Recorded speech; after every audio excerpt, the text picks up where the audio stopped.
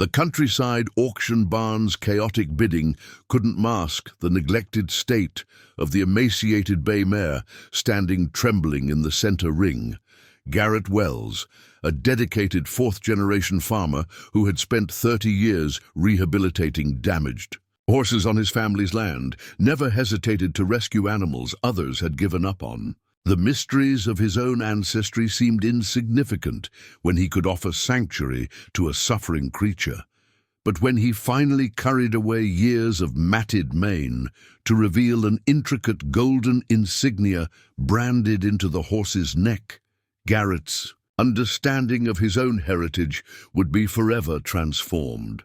Before we dive deeper into this extraordinary tale, tell us where you're watching from in the comments below. If this story touches your heart, make sure you're subscribed, because tomorrow I've saved something truly special just for you. Garrett Wells woke before dawn, as he had every day for the past 3 decades. The first golden rays of summer sunlight hadn't yet broken the horizon when his weathered boots hit the rough wooden floor of the bedroom that had been his refuge since childhood. His morning routine remained unchanged. Coffee brewed in the ancient percolator his wife Sarah had picked up at a flea market before the cancer claimed her life 8 years ago. Black with a splash of cream, just like always. The sprawling 200-year-old farmhouse creaked with familiar sounds, though it echoed with emptiness since he'd been living alone. Garrett moved through the kitchen with practiced efficiency. The silence, broken only by the steady ticking of the grandfather clock that had belonged to his great-grandfather, the same man who had taught him everything about caring for damaged horses and the land they all depended on.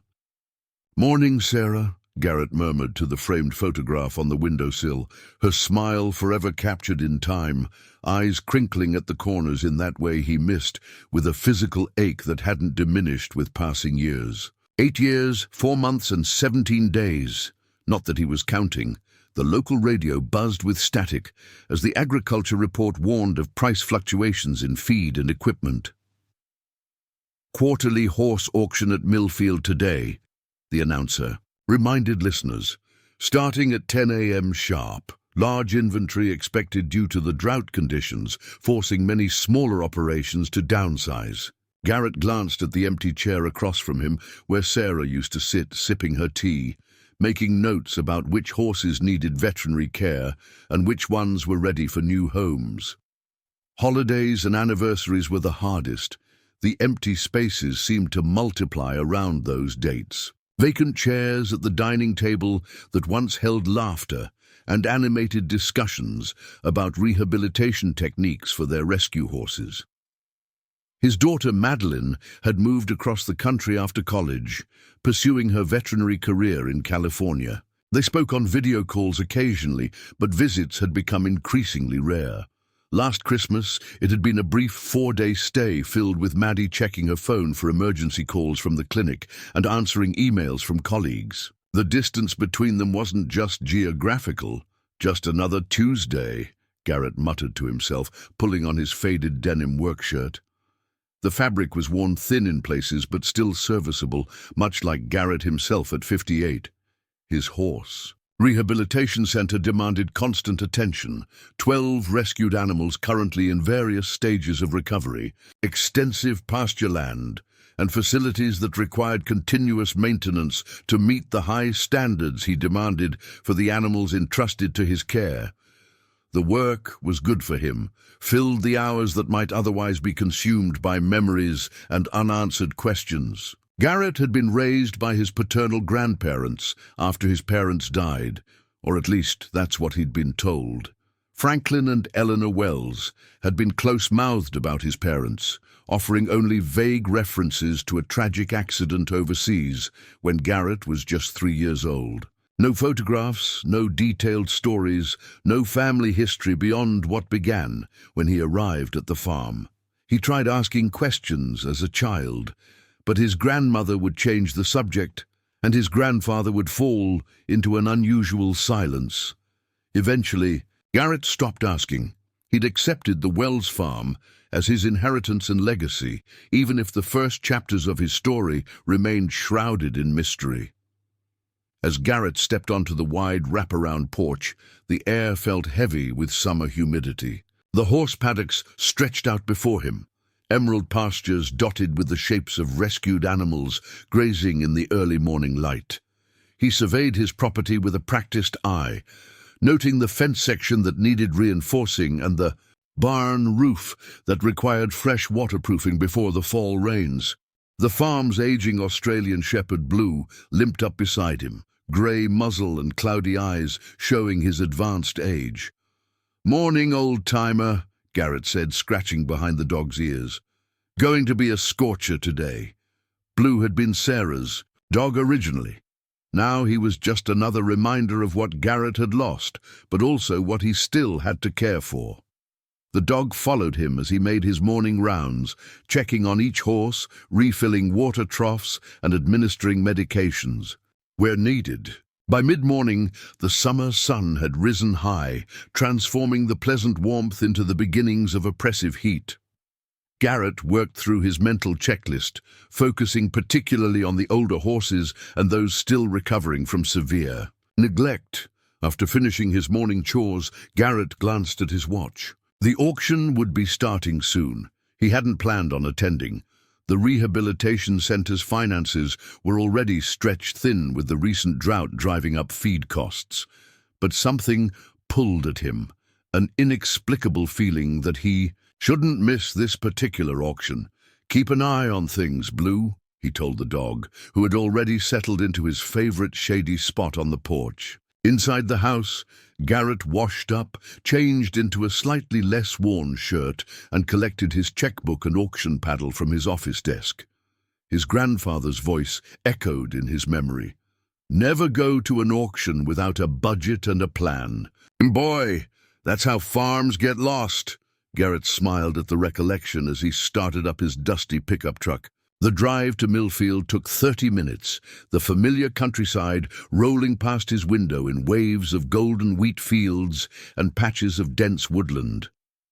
The rural landscape had changed little in Garrett's lifetime, though many of the smaller, Pembley farms had been absorbed by larger operations or converted to housing developments. The auction grounds were crowded when he arrived, trucks and trailers filling the gravel lot. Garrett nodded to familiar faces as he made his way into the large barn that served as the auction arena. The air inside was thick with dust, the scent of hay and animals, and the anticipatory murmur of potential buyers examining the merchandise. Garrett moved methodically through the pre-auction viewing area, assessing each horse with his experienced eye. Most were in reasonable condition, working ranch horses, retired show jumpers, hobby animals whose owners could no longer afford their upkeep, nothing that especially called to him until he reached the last stall. A bay mare stood with her, head down, her once beautiful coat dull and patchy, ribs clearly visible beneath her skin. Her mane and tail were hopelessly matted, and scars marked her legs and flanks. What struck Garrett most, however, was not her physical condition, but the complete resignation in her posture. An animal that had given up. What's her story? Garrett asked the auction hand who was leading potential buyers through the viewing area. The young man shrugged. Not much to tell. Property seizure from some hoarder who died. She was one of 15 they pulled out of there. Others were in better shape, got snatched up by the rescue organizations. This one's probably destined for the kill pens if nobody bids. Too much work for most folks. Garrett approached the stall slowly, speaking in low, soothing tones. The mare didn't react, didn't even raise her head. Up close, Garrett could see that her brown eyes, though dull, held no meanness, just weariness. He reached out carefully, giving her plenty of time to see his hand coming. When he finally touched her neck, she flinched but didn't pull away. "How old?" Garrett asked, not taking his eyes off the mare. "Vet estimates around 12, but hard to tell in this condition," the handler replied. "Paperwork's all missing. Previous. Owner kept no records we could find." Something about the mare's quiet dignity, despite her suffering, resonated with Garrett. He'd seen thousands of horses in his lifetime, rehabilitated hundreds, but something about this one spoke to him on a level he couldn't quite articulate. "Her auction number?" Garrett asked, making a decision he hadn't planned on. "She's lot 42, the handler said, surprise evident in his voice. "Didn't figure anyone would be interested except the meat buyers." Garrett nodded, patting the mare's neck gently before stepping away. "We'll see about that." Inside the auction ring, Garrett found a seat toward the back, auction paddle in hand. He watched dispassionately as horses were brought in one by one, assessed, bid upon, and led away with new owners. He kept his paddle down, waiting. When Lot 42 was announced, there was a palpable drop in the energy of the room. The mare was led in, her head still lowered, each step seeming to require enormous effort. The auctioneer, who had been enthusiastically extolling the virtues of previous lots, seemed at a loss. Lot 42 bay mare, approximately 12 years old, no papers, no known history, sold as is where is. Do I hear $100 to start? The silence in the barn was uncomfortable. Garrett saw several people glance away, not wanting to witness the inevitable outcome. From the far corner, a burly man in a faded cap raised his paddle. Garrett recognized him as one of the kill buyers who frequented these auctions, purchasing horses cheaply to ship to slaughterhouses across the border. $100 from number 18, the auctioneer acknowledged. Do I hear 150? Garrett raised his paddle. 150 from number 35. Do I hear 200? The kill buyer frowned but raised his paddle again. 200 from number 18. Do I hear 250? Garrett raised his paddle once more, his face impassive. The bidding continued in this manner, creeping upward in $50 increments. At $500, well above the going rate for meat horses, the kill buyer shook his head and lowered his paddle for good. No one else joined the bidding. $500 going once, going twice, sold to bidder number 35. After completing the paperwork and payment, Garrett led the mare carefully to his trailer. She followed without resistance, but without interest, either as if it made no difference to her where she went or what happened next. It took considerable effort to get her loaded, not because she fought, but because she seemed to have forgotten how to navigate the simple task of walking up a ramp. "Easy now," Garrett murmured, his voice low and steady. "One step at a time, that's it, good girl." When she was finally secured in the trailer, Garrett took a moment to simply stand with her, letting her become accustomed to his presence. He offered her a small apple from his pocket, which she ignored. "That's all right," he told her. "No rush. We've got time to figure each other out." The drive home was uneventful, though Garrett found himself glancing frequently at the rearview mirror to check on his new charge. He couldn't explain, even to himself, why he'd been drawn to this particular horse, why he'd spent money he couldn't really spare on an animal that might never recover fully. There had simply been something in those resigned brown eyes that wouldn't let him walk away. Back at the farm, Blue watched curiously from the porch as Garrett carefully unloaded the mare. He led her not to the main barn, where the other rescue horses were housed, but to a separate small stable nearer the house, what Sarah had always called the intensive care unit for their most fragile cases. "Welcome to Wells Farm," Garrett told the mare as he settled her into a clean, deeply bedded stall. "This is your home now, for as long as you need it to be." Over the next few days, Garrett established a gentle routine with the mare.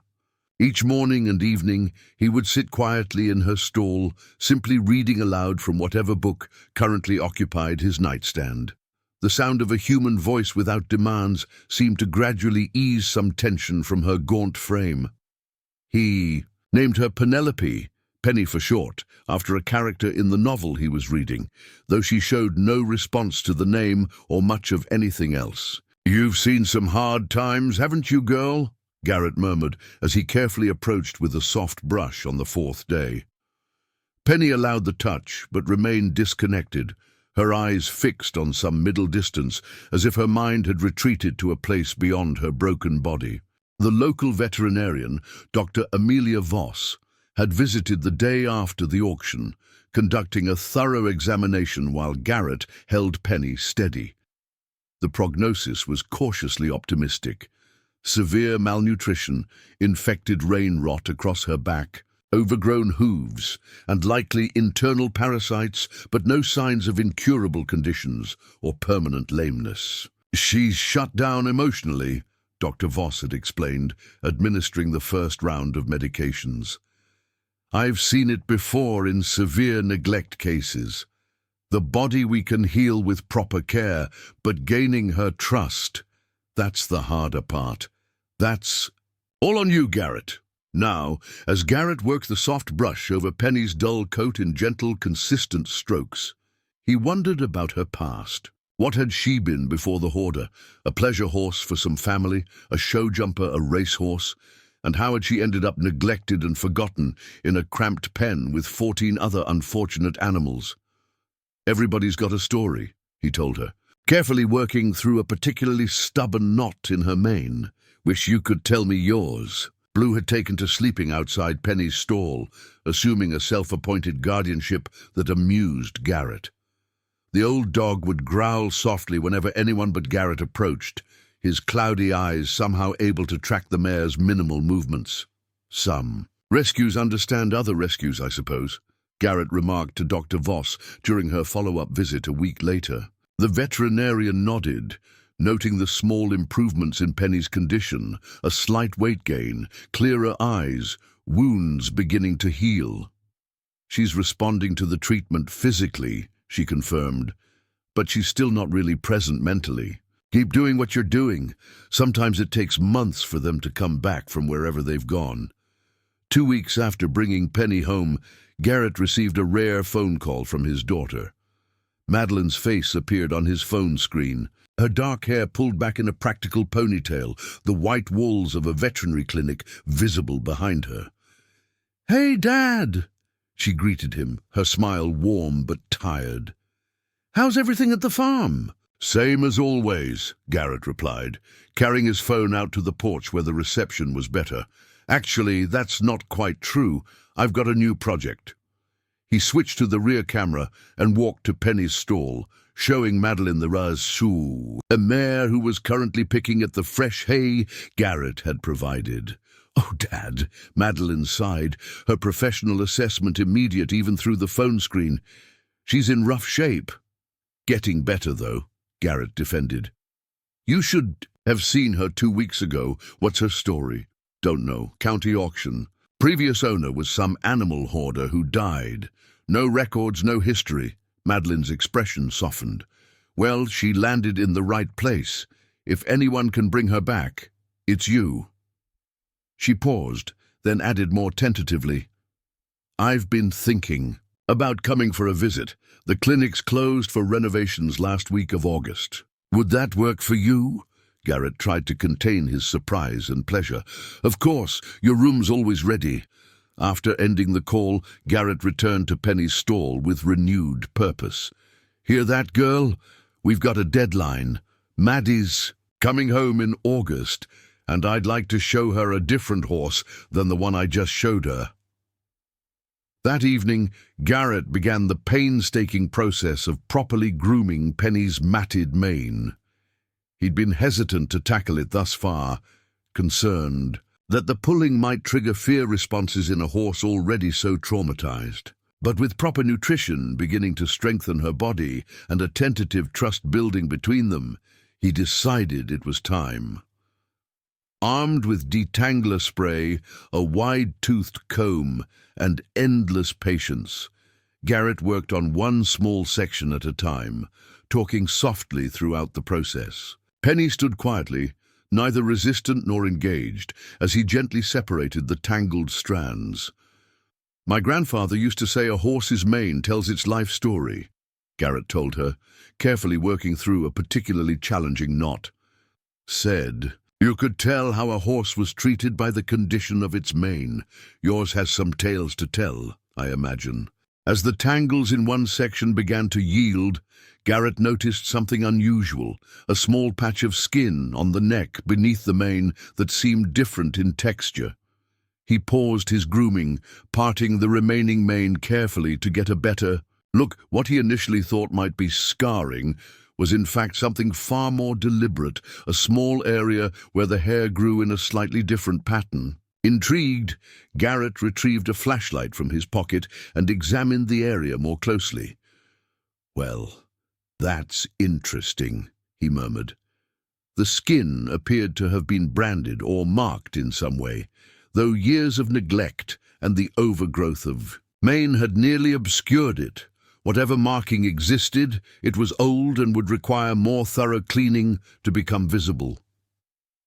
Garrett made a mental note to ask Dr. Voss about it during her next visit, then continued his patient work on pennies, mane, section by small section. By the time darkness fell, he had managed to detangle roughly a quarter of the total length, a small victory, but progress nonetheless. Dr. Voss returned 3 days later for another checkup and was pleased with Penny's continued physical improvement. The mare had gained nearly 30 pounds, her coat beginning to show hints of a natural shine, and the infections in her skin were responding well to treatment. "There's something I wanted you to look at," Garrett said after the examination was complete. "I found it while grooming her mane." He showed the veterinarian the area of unusual patterning on Penny's neck. Dr. Voss examined it with professional curiosity. "It's definitely intentional," she confirmed, "some kind of identifying mark or brand, though not like any I've seen before. It's not a standard livestock brand or a typical registry marking." "What do you think it could be?" "Hard to say without seeing it clearly. Once she's stronger, you could clip the area to get a better look, or use some of that pet-safe hair dye remover to see if that helps reveal the pattern. It might give you a clue to her background." Garrett nodded, his curiosity piqued. "I'll give it a few more weeks. Don't want to stress her with anything unnecessary." Right now, as July turned to August, Penny's transformation continued steadily.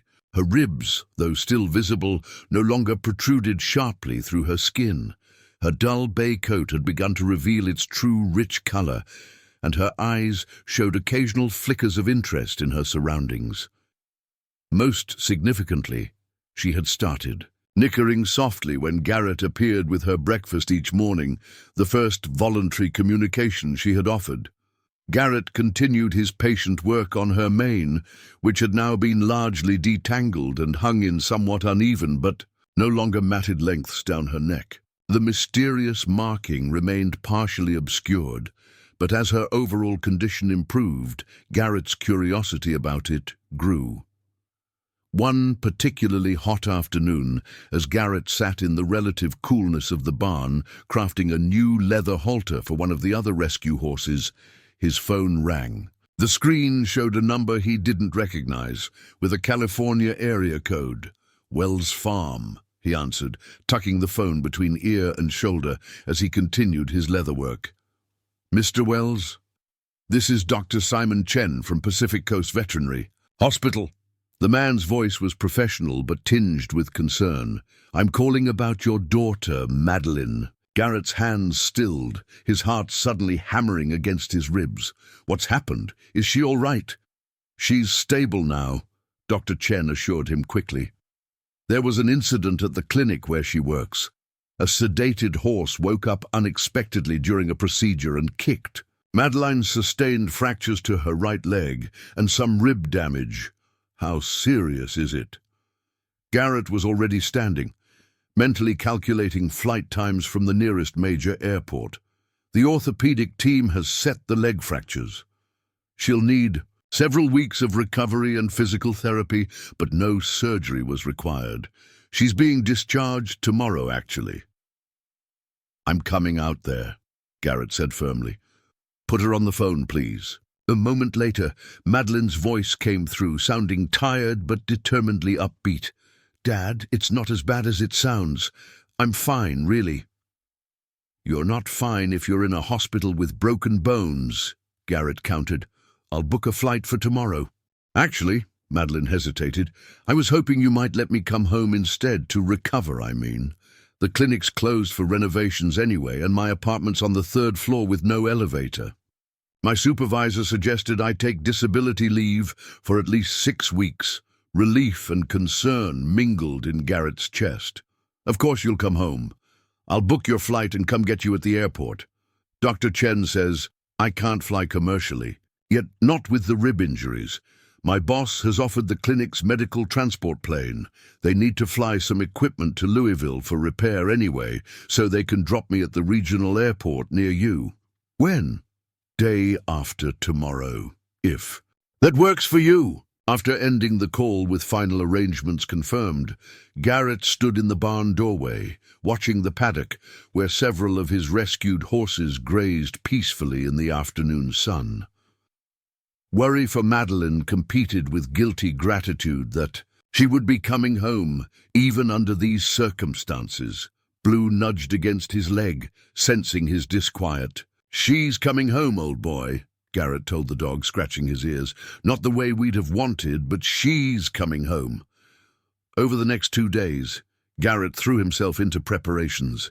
He aired out Madeline's bedroom, replaced the long-faded curtains with fresh ones from the linen cabinet, and made a trip into town for groceries, including the ingredients for his daughter's favorite meals. He moved a comfortable armchair into the first-floor study, thinking it might serve as a daytime room for Madeline until she could manage the stairs more easily. The other rescue horses continued their regular care routines, but Garrett found himself spending extra time with Penny. Something about her slow, determined recovery resonated with what he imagined would be Madeline's own journey back to health. "My daughter's a lot like you," he told the mare, as he groomed her increasingly shiny coat. "Tough, resilient, doesn't give up easily. You'll like her, I think." Penny nickered softly in response, nudging Garrett's pocket where he often kept apple slices, a remarkable change from the unresponsive animal he'd brought home 6 weeks earlier. The mysterious marking on her neck remained a puzzle, though it had become somewhat more visible as her overall condition improved. Garrett had decided to wait until Madeline arrived before investigating further. Her veterinary expertise might offer insights, and it would give them a joint project during her recovery. On the morning Madeline was due to arrive, Garrett rose, even earlier than usual. He completed the barn chores efficiently, ensuring that the afternoon would be free to settle his daughter back into the farmhouse. As he finished with Penny, giving her coat a final brush, the mare did something she had never done before. She rested her head against his shoulder, leaning into him with a gentle pressure that spoke volumes about the trust that had developed between them. "Well, look at you," Garrett said softly, emotion tightening his throat. "Didn't I tell you we'd get there eventually?" The small medical transport plane landed precisely on schedule at the regional airport 30 miles from Wells. "Farm," Garrett stood anxiously at the designated meeting area, watching as the aircraft taxied to a stop and ground personnel rolled a wheelchair ramp into position. Madeline's appearance as she emerged from the plane sent a jolt through Garrett's heart. His daughter's face was pale, dark circles shadowing her eyes, her right leg encased in a bulky medical boot, and extended awkwardly before her in the wheelchair. She looked simultaneously smaller and older than she had during their video calls, her usual energetic demeanor subdued by pain and medication. Yet when she spotted him waiting, her face brightened with a smile that momentarily erased the strain. "Dad!" she called, raising a hand in greeting as the medical attendant wheeled her toward him. Garrett closed the distance between them in long strides, bending to embrace her carefully, mindful of her injured ribs. "Welcome home, Maddie," he murmured against her hair, which smelled of antiseptic hospital shampoo rather than her usual citrus scent. "Sorry about all this," she said as he straightened. "Not exactly how I planned my visit. Nothing to be sorry for. Let's get you home and settled." The medical attendant helped transfer Madeline to Garrett's truck, providing instructions for her care and a packet containing her medical records, prescription information, and physical therapy exercises. The drive back to the farm passed with Madeline dozing intermittently against the passenger window, the pain medication making her drowsy. "Tell me about your new rescue," she requested during one wakeful stretch, her professional interest evidently undiminished by her injuries. "The one from the auction." Garrett smiled, recognizing the tactic. Madeline had always preferred focusing on animals rather than herself when she was unwell. "She's coming along." Named her Penelope. Penny. Bay mare, about 12, severe neglect case, but no permanent. Physical damage as far as Dr. Voss can tell. And mentally, better every day. Started out completely shut down, wouldn't respond to anything. Now she nickers when I come in, follows me around her paddock, even leans against me sometimes. "That's huge progress for just 6 weeks." Madeline commented, professional approval evident in her voice. "Most severe cases take months to show that level of improvement," Garrett nodded, keeping his eyes on the rural highway. "There's something else interesting about her. She has some kind of marking or brand on her neck, under her mane. Not like any livestock brand I've seen." Madeline's eyes brightened with curiosity, momentarily transcending her discomfort. "What kind of marking? Could it be a registry tattoo or freeze mark?" "Don't think so. It's an actual design, from what little I can see. I've been waiting for your expert opinion before I clip the area to get a better look." The conversation carried them the rest of the way to Wells' farm, where Blue was waiting anxiously on the porch, tail wagging furiously at the sight of Madeline. Getting her from the truck to the house proved challenging. The pain medication was wearing off, and every movement clearly caused discomfort, despite her attempts to mask it. "Couch or bed?" Garrett asked once they were inside. "Couch for now," Madeline decided. "I've been flat on my back for 3 days. It would be nice to sit up and see something besides a ceiling." Garrett settled her on the living room sofa with pillows supporting her injured leg, fetched her pain medication and a glass of water, then stood somewhat awkwardly, unaccustomed to this caretaking role with his adult daughter. "Are you hungry? I could make sandwiches." Madeline smiled at his uncertainty. "I'm fine for now, Dad. Why don't you tell me more about the mysterious marking on your rescue horse? It'll distract me from feeling like I've been trampled by a herd of buffalo." Relieved to have a focus, Garrett pulled his phone from his pocket and showed her the clearest photos he'd managed to take of the area on Penny's neck. "See here, under the mane? It's some kind of design, but I can't make out exactly what." Madeline studied the images with professional interest, zooming in and adjusting the brightness. "Definitely not a standard identification mark," she agreed. "The pattern is too complex, and the placement is unusual." She looked up. "Have you tried cleaning the area with anything specific?" "Just regular grooming. Dr. Voss suggested pet-safe hair dye remover might help reveal it better." "Good idea.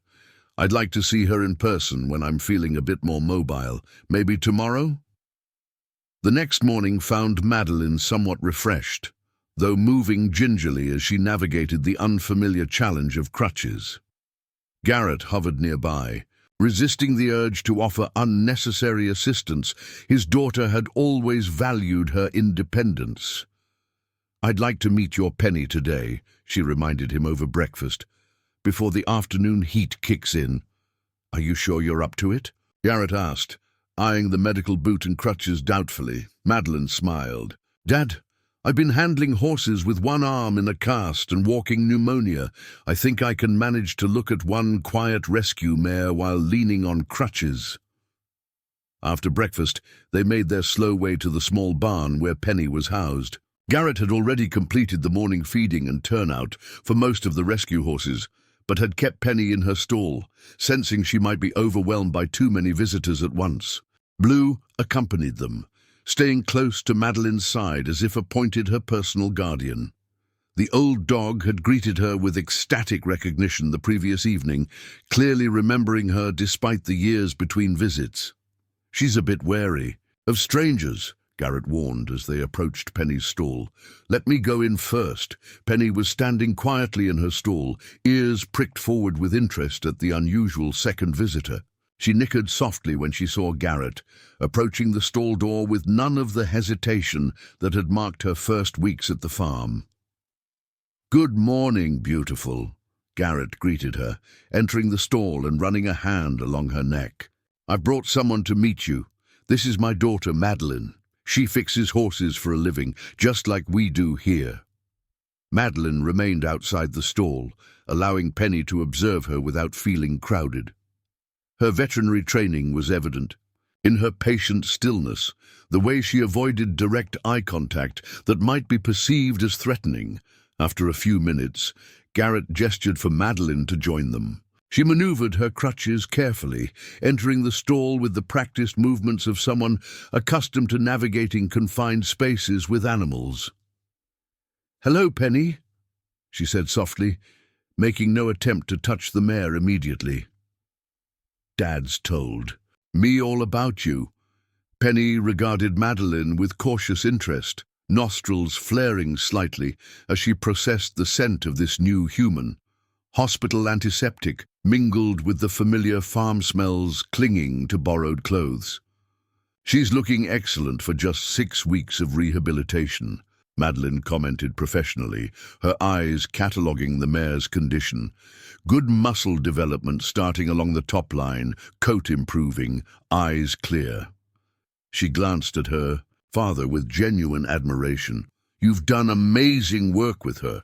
"She's done most of it herself," Garrett replied, pride evident in his voice. "Just needed proper care and a safe place."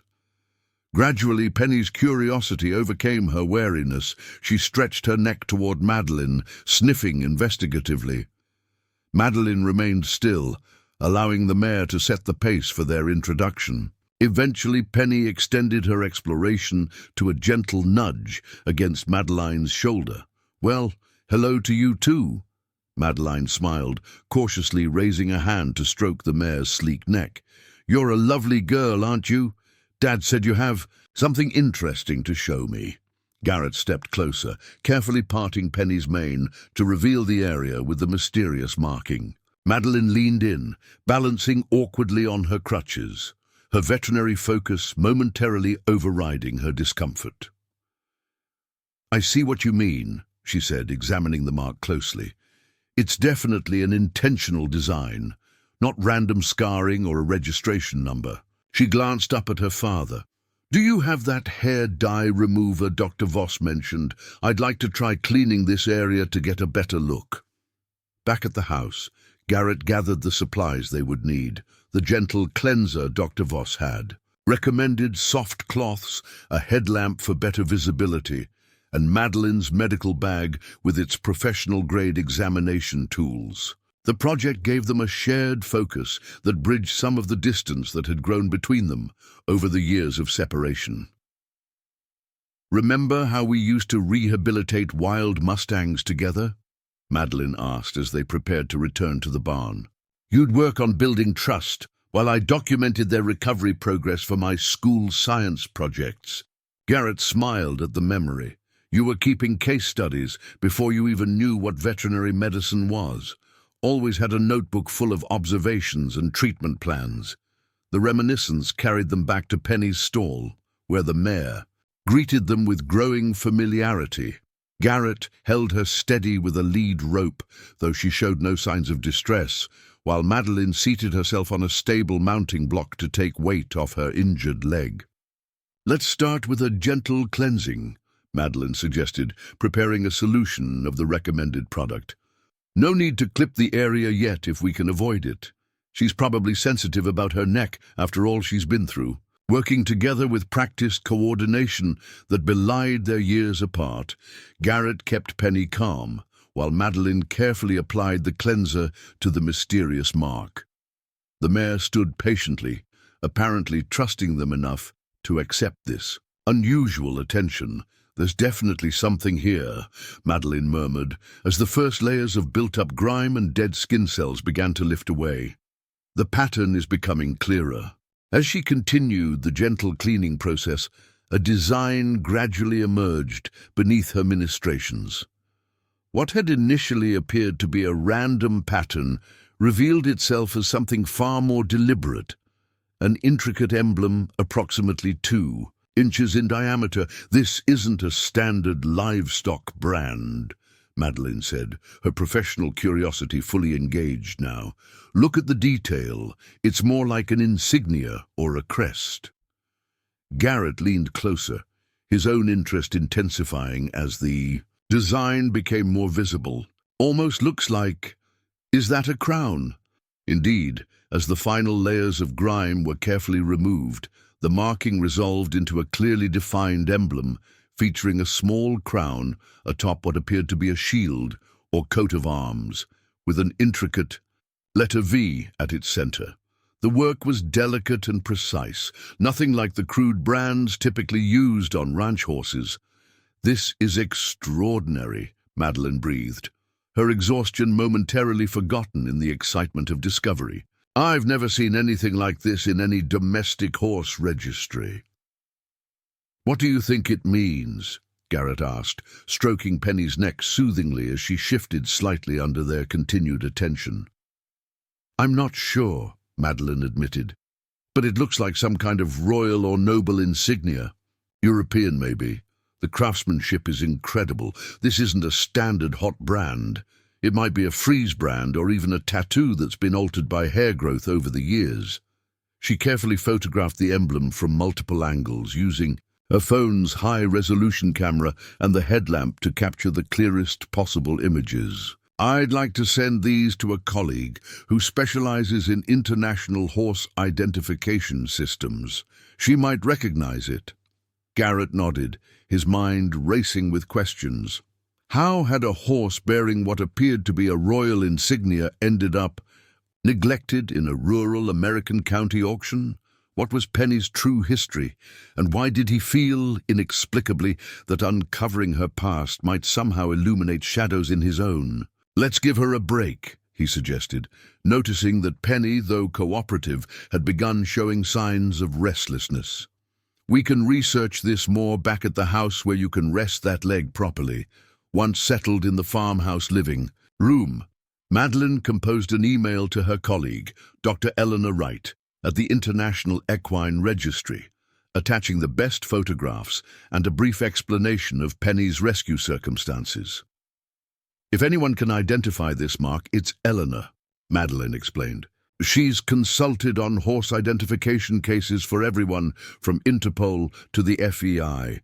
She literally wrote the textbook on global equine identification systems." Garrett brought them both iced tea, settling into his armchair with a thoughtful expression. "It's strange," he mused, "but seeing that emblem gave me an odd feeling. Almost like déjà vu." Madeline glanced up from her laptop. "What do you mean?" "I'm not sure," Garrett admitted. "Just a vague sense that I've seen something similar before. Probably just my imagination working overtime." That evening, after ensuring Madeline was comfortably settled with dinner and her pain medication, Garrett found himself drawn to the old cedar chest that had occupied the attic since his grandparents' passing. He couldn't explain the compulsion, only that the discovery of Penny's royal insignia had triggered something in his memory, a fleeting image of a similar emblem among his grandfather's possessions. The narrow attic stairs creaked under his weight as he climbed, flashlight in hand. The space was stifling in the August heat, dust motes dancing in the beam of light as he navigated between stored holiday decorations and boxes of Sarah's belongings he hadn't been able to part with. The chest sat beneath the small dormer window, its brass fittings tarnished with age. Kneeling before it, Garrett felt an unexpected reverence, as though he were about to disturb something that had been intentionally laid to rest. His grandfather had rarely opened this chest in Garrett's presence, and had never encouraged exploration of its contents. After their deaths, Garrett had performed a cursory inventory, but had respected what seemed to be his grandparents' desire for privacy. "This is ridiculous," he muttered to himself, flipping the latch and raising the heavy lid. "It's just old keepsakes." The familiar scent of cedar and aged paper greeted him as he began carefully removing items. His grandmother's wedding dress, wrapped in yellow tissue paper, military medals from his grandfather's service, photograph albums from the years before Garrett's arrival. Beneath these lay a leather portfolio he didn't recall seeing during his previous inventory. The portfolio was secured with a faded ribbon, the leather cracked but still supple. Garrett untied the ribbon carefully and opened the cover to reveal a collection of documents in protective sleeves, papers in multiple languages, some with official-looking seals and stamps. "What the hell were you up to, Grandpa?" Garrett whispered, removing the first document. It was a letter written in what appeared to be French, dated September 1973, around the time Garrett would have been 3 years old, the age at which his grandparents claimed to have taken him in after his parents' deaths. Though Garrett couldn't read the text, he recognized his grandfather's name, Franklin Wells, mentioned several times throughout. The next document made his heart stutter. A photograph of a man and woman standing on the steps of an elegant European building. The woman held a small boy, perhaps 2 or 3 years old, on her hip. Though the image was slightly faded, the resemblance between the child and Garrett's own sonhood photographs was unmistakable. On the back, written in his grandfather's neat hand, Claude, Marguerite and Garrett, Valmont Palace, June 1972. Garrett stared at the notation, conflicting emotions washing over him. Claude and Marguerite. His grandparents had told him his parents were named Thomas and Eleanor Wells. Who were these people standing in front of what appeared to be a European palace? His hands trembling slightly, Garrett continued through the portfolio's contents. He found what appeared to be a birth certificate in French, official correspondence on letterhead bearing a crest that looked disturbingly familiar, and newspaper, clippings from international publications with dates spanning 1970 to 1973, though he couldn't read most of the text. Certain words appeared repeatedly: Valmont, tragedy, succession, and one that made him sit back on his heels in disbelief: Prince. At the bottom of the portfolio lay a small velvet pouch. Garrett loosened its drawstring and tipped the contents into his palm, a heavy signet ring in tarnished gold. The design on its face sent a jolt of recognition through him. A crown atop a shield with a stylized V at its center, an exact match for the insignia on Penny's neck. The discovery left Garrett lightheaded. He carefully returned everything to the portfolio and made his way back downstairs, his mind racing with questions that had no immediate answers. He needed help translating the documents, but more importantly, he needed to understand how his rescue horse could possibly bear the same royal emblem that was apparently connected to his own mysterious origins. Madeline was dozing on the couch. When he returned to the living room, her laptop still open beside her. Not wanting to disturb her rest, Garrett sat quietly in his armchair, turning the signet ring over in his fingers, examining it in the lamplight. The sound of an incoming email, alert from Madeline's computer, broke the silence. Her eyes fluttered open, momentarily disoriented, before focusing on Garrett. "Dad, everything okay?" she asked, noticing his preoccupation. "Found something," he said simply, holding up the ring. "In Grandpa's things." Madeline straightened, wincing slightly at the movement. "What is it?" "A ring with the same insignia as Penny's brand." He passed it to her, watching as her eyes widened in recognition. "That's uncanny," she said, examining the signet carefully. "Where did Grandpa get this?" "I don't know, but there's more." Garrett briefly explained his discovery of the portfolio, the documents in French, and the photograph labeled with unfamiliar names. "This is incredible," Madeline said, fully awake now. "Do you think there's some connection between Penny and whatever your grandfather was involved in?" Before Garrett could respond, her laptop chimed again. "That's probably Eleanor," she said, reaching for the computer. "She's usually quick about responding to identification queries." Madeline's eyes widened as she read the email, her face growing increasingly incredulous. "Dad," she said slowly, "you need to see this." Garrett moved to sit beside her, reading over her shoulder. "Madeline, your timing is uncanny. The insignia you've identified is the royal crest of the House of Valmont, a small European principality bordered by France and Switzerland. This particular variant of the crest is exclusively used for horses bred in the royal stables, a program famous for producing exceptional dressage and event horses for Olympic competition. What makes your query especially remarkable is that I received a similar identification request just last week from the current Valmont Royal Office. They're attempting to locate several horses that were illegally sold from the royal stables. Following a period of political instability in the early 1970s, the horse you've found may be one of these animals, or, more likely given the age you estimate, a descendant of one. I've taken the liberty of contacting my liaison at the Valmont Embassy to inform them of your discovery. They've been searching for these bloodlines for decades and will likely want to verify your findings. I hope that's acceptable. These horses represent an important cultural heritage for Valmont. I'm attaching some historical information about the Valmont Royal Stables and their breeding program. The current Prince Philippe has made recovering this bloodline a personal mission, as it was started by his grandfather, Prince Henri. Let me know if you need anything else. Warm regards, Eleanor Valmont, Garrett repeated, the name reverberating through him like an echo from another life. That's the name on the documents I found, and the photo, it was labeled Valmont Palace. Madeline looked at him in amazement. Dad, what are the odds? You rescue a horse bearing a royal insignia and then find the exact same crest among Grandpa's things? Astronomical, Garrett murmured, his mind struggling to form connections between these disparate pieces. There's another email, he noted, pointing to a new message that had appeared in Madeline's inbox. This one came directly from a Royal Office of Valmont email address. Dr. Wells, Dr. Wright has informed us of your discovery regarding a horse bearing the Valmont royal insignia.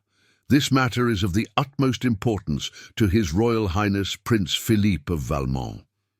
We would like to arrange an immediate video conference to discuss this horse and verify its identity. The royal stable. Master and equine geneticist are prepared to join at your convenience. Additionally, we understand this horse was discovered in Kentucky. This location is of particular interest, as we have reason to believe several Valmont royal horses were transported to that region in the early 1970s. Please respond with your availability for a video meeting within the next 24 hours.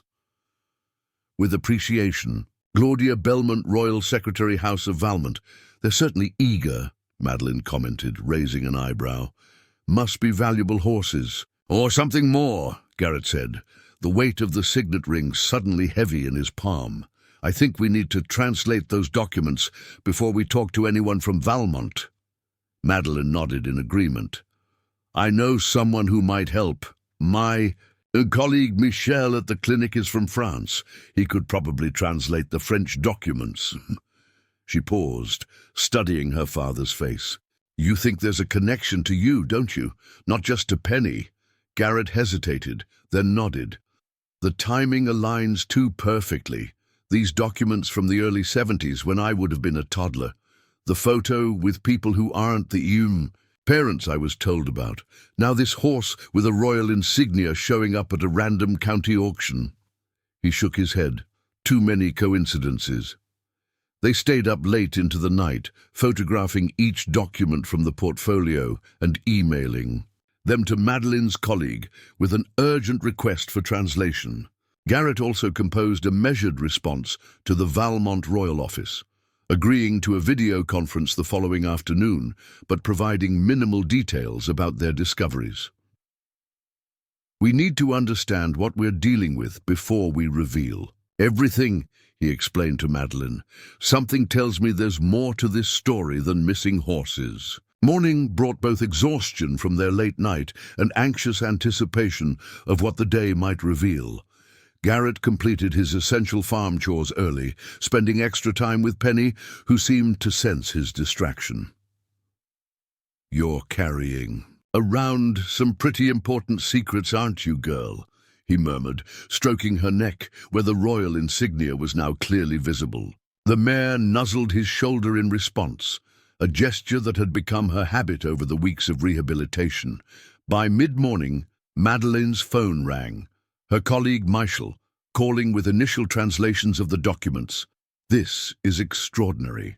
Material!" The Frenchman's accented voice came through the speaker as they huddled around the phone at the kitchen table. "Where did you find these papers?" "They belong to my grandfather," Garrett explained. "Can you tell us what they say?" "Well, the most significant document appears to be a formal agreement between someone named Franklin Wells and the Regency Council of Valmont, dated September 1973. It outlines arrangements for the care and protection of a child identified as His Royal Highness Prince Garrett Henri Claude Valmont, following what is referred to as the tragic events of August 17th, 1973. Garrett felt the blood drain from his face. Madeleine reached across the table to grip his hand tightly. Michel continued, unaware of their reaction. "From what I can piece together from these documents, there appears to have been some kind of coup or political violence in Valmont in August 1973. The ruling Prince Claude and his wife Princess Marguerite were killed. Their son, this prince, Garrett, was apparently smuggled out of the country for his protection. By my grandfather," Garrett said, his voice barely audible. "It seems so," Michel confirmed. "The agreement grants Franklin Wells legal guardianship of the child and a substantial annual stipend for his care. It specifies that the boy's royal identity should be concealed for his protection until either he reached the age of 25 or the political situation in Valmont stabilized, whichever came later." "And the newspaper clippings?" Madeleine prompted. "They report on the Valmont tragedy, the assassination of the ruling couple during a military coup. Several mention that the body of their young son was never found, leading to speculation that he might have survived. Later articles discuss the restoration of order under a regency council governing in the name of Prince Claude's brother, Philippe, who was apparently studying abroad during the coup. Garrett struggled to process this information. "You're saying these documents suggest that I—" He couldn't complete the sentence, the implication too overwhelming. "They suggest you might be the missing Prince of Valmont." "Yes," Michel confirmed. "There's another document here, what appears to be your original birth certificate from the Royal Valmont Registry.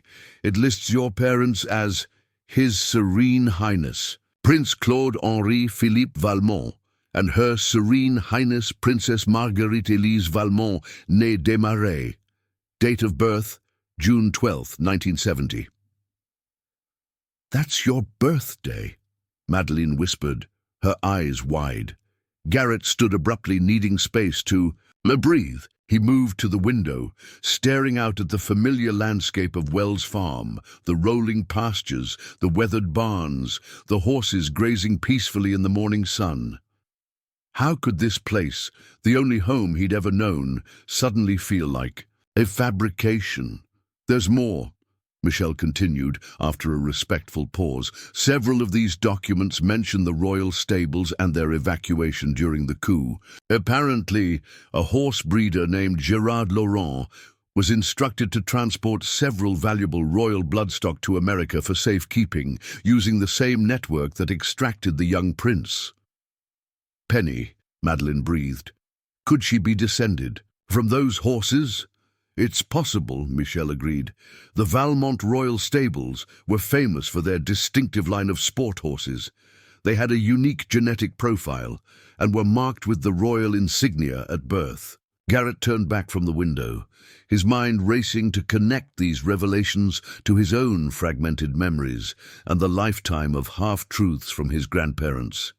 "Michel, Does it say anything about what was supposed to happen when I turned 25 or when the political situation stabilized?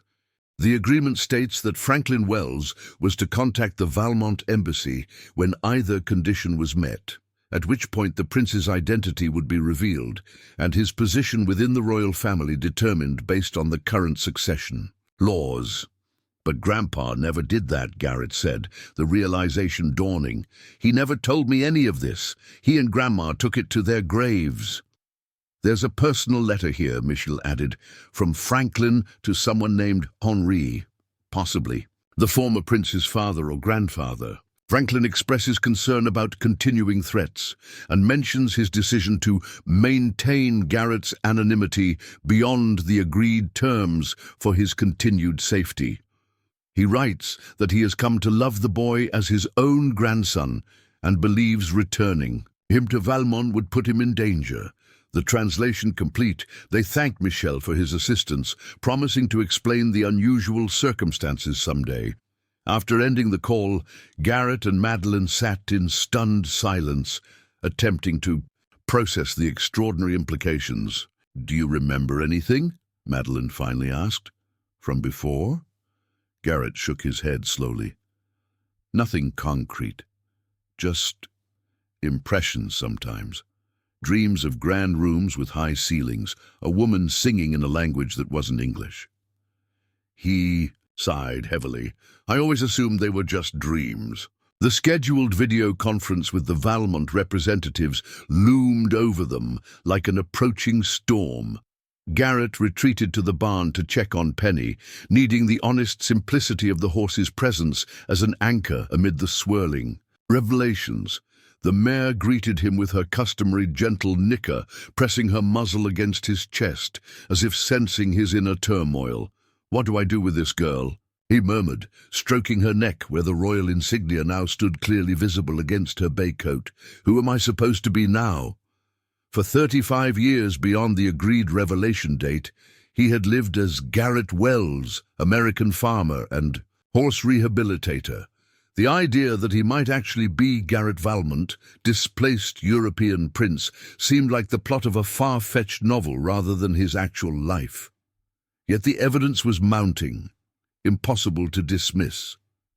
His phone vibrated. In his pocket, Madeleine texting to remind him the video conference would begin in 30 minutes. With a final pat to Penny's neck, Garrett headed back to the house, his mind churning with questions. How much should they reveal to the Valmont representatives? What might be the consequences of claiming or denying his apparent royal heritage? And perhaps most pressingly, why had a horse bearing the Valmont insignia appeared at a local auction after all these years? Back at the farmhouse, Madeleine had arranged the study for the video call, positioning her laptop on the desk and setting up chairs where both she and Garrett would be visible on camera. She had changed into a more professional-looking blouse despite her injured state and had combed her hair neatly. "I set up some talking points," she said, handing him a notepad with her organized thoughts. "I think we should focus primarily on Penny for now, get confirmation about the insignia, and see what they volunteer about the missing horses before we mention anything about the documents." Garrett nodded, grateful for her practical approach. "Agreed, we need to understand their motives before revealing what we've learned." At precisely the appointed time, the video call connected, revealing 3 individuals seated in what appeared to be an elegantly appointed office. Rich wood paneling lined the walls behind them, and a flag bearing the now familiar crown and V emblem stood to one side. "Good afternoon from Valmont," greeted a middle-aged woman in a crisp suit. "I am Claudia Belmont, Royal Secretary to His Highness Prince Philippe. Thank you for accommodating this meeting on such short notice. Allow me to introduce Royal Stable Master Jean-Michel Fournier and Dr. Sophia Renard, our equine geneticist." Madeleine handled the introductions on their end, explaining her professional background and Garrett's experience with horse rehabilitation. She then smoothly transitioned to the reason for their meeting. "We understand you have particular interest "In a horse bearing what we've identified as the Valmont Royal Insignia," she said, displaying several clear photographs of the mark on Penny's neck. The reaction was immediate.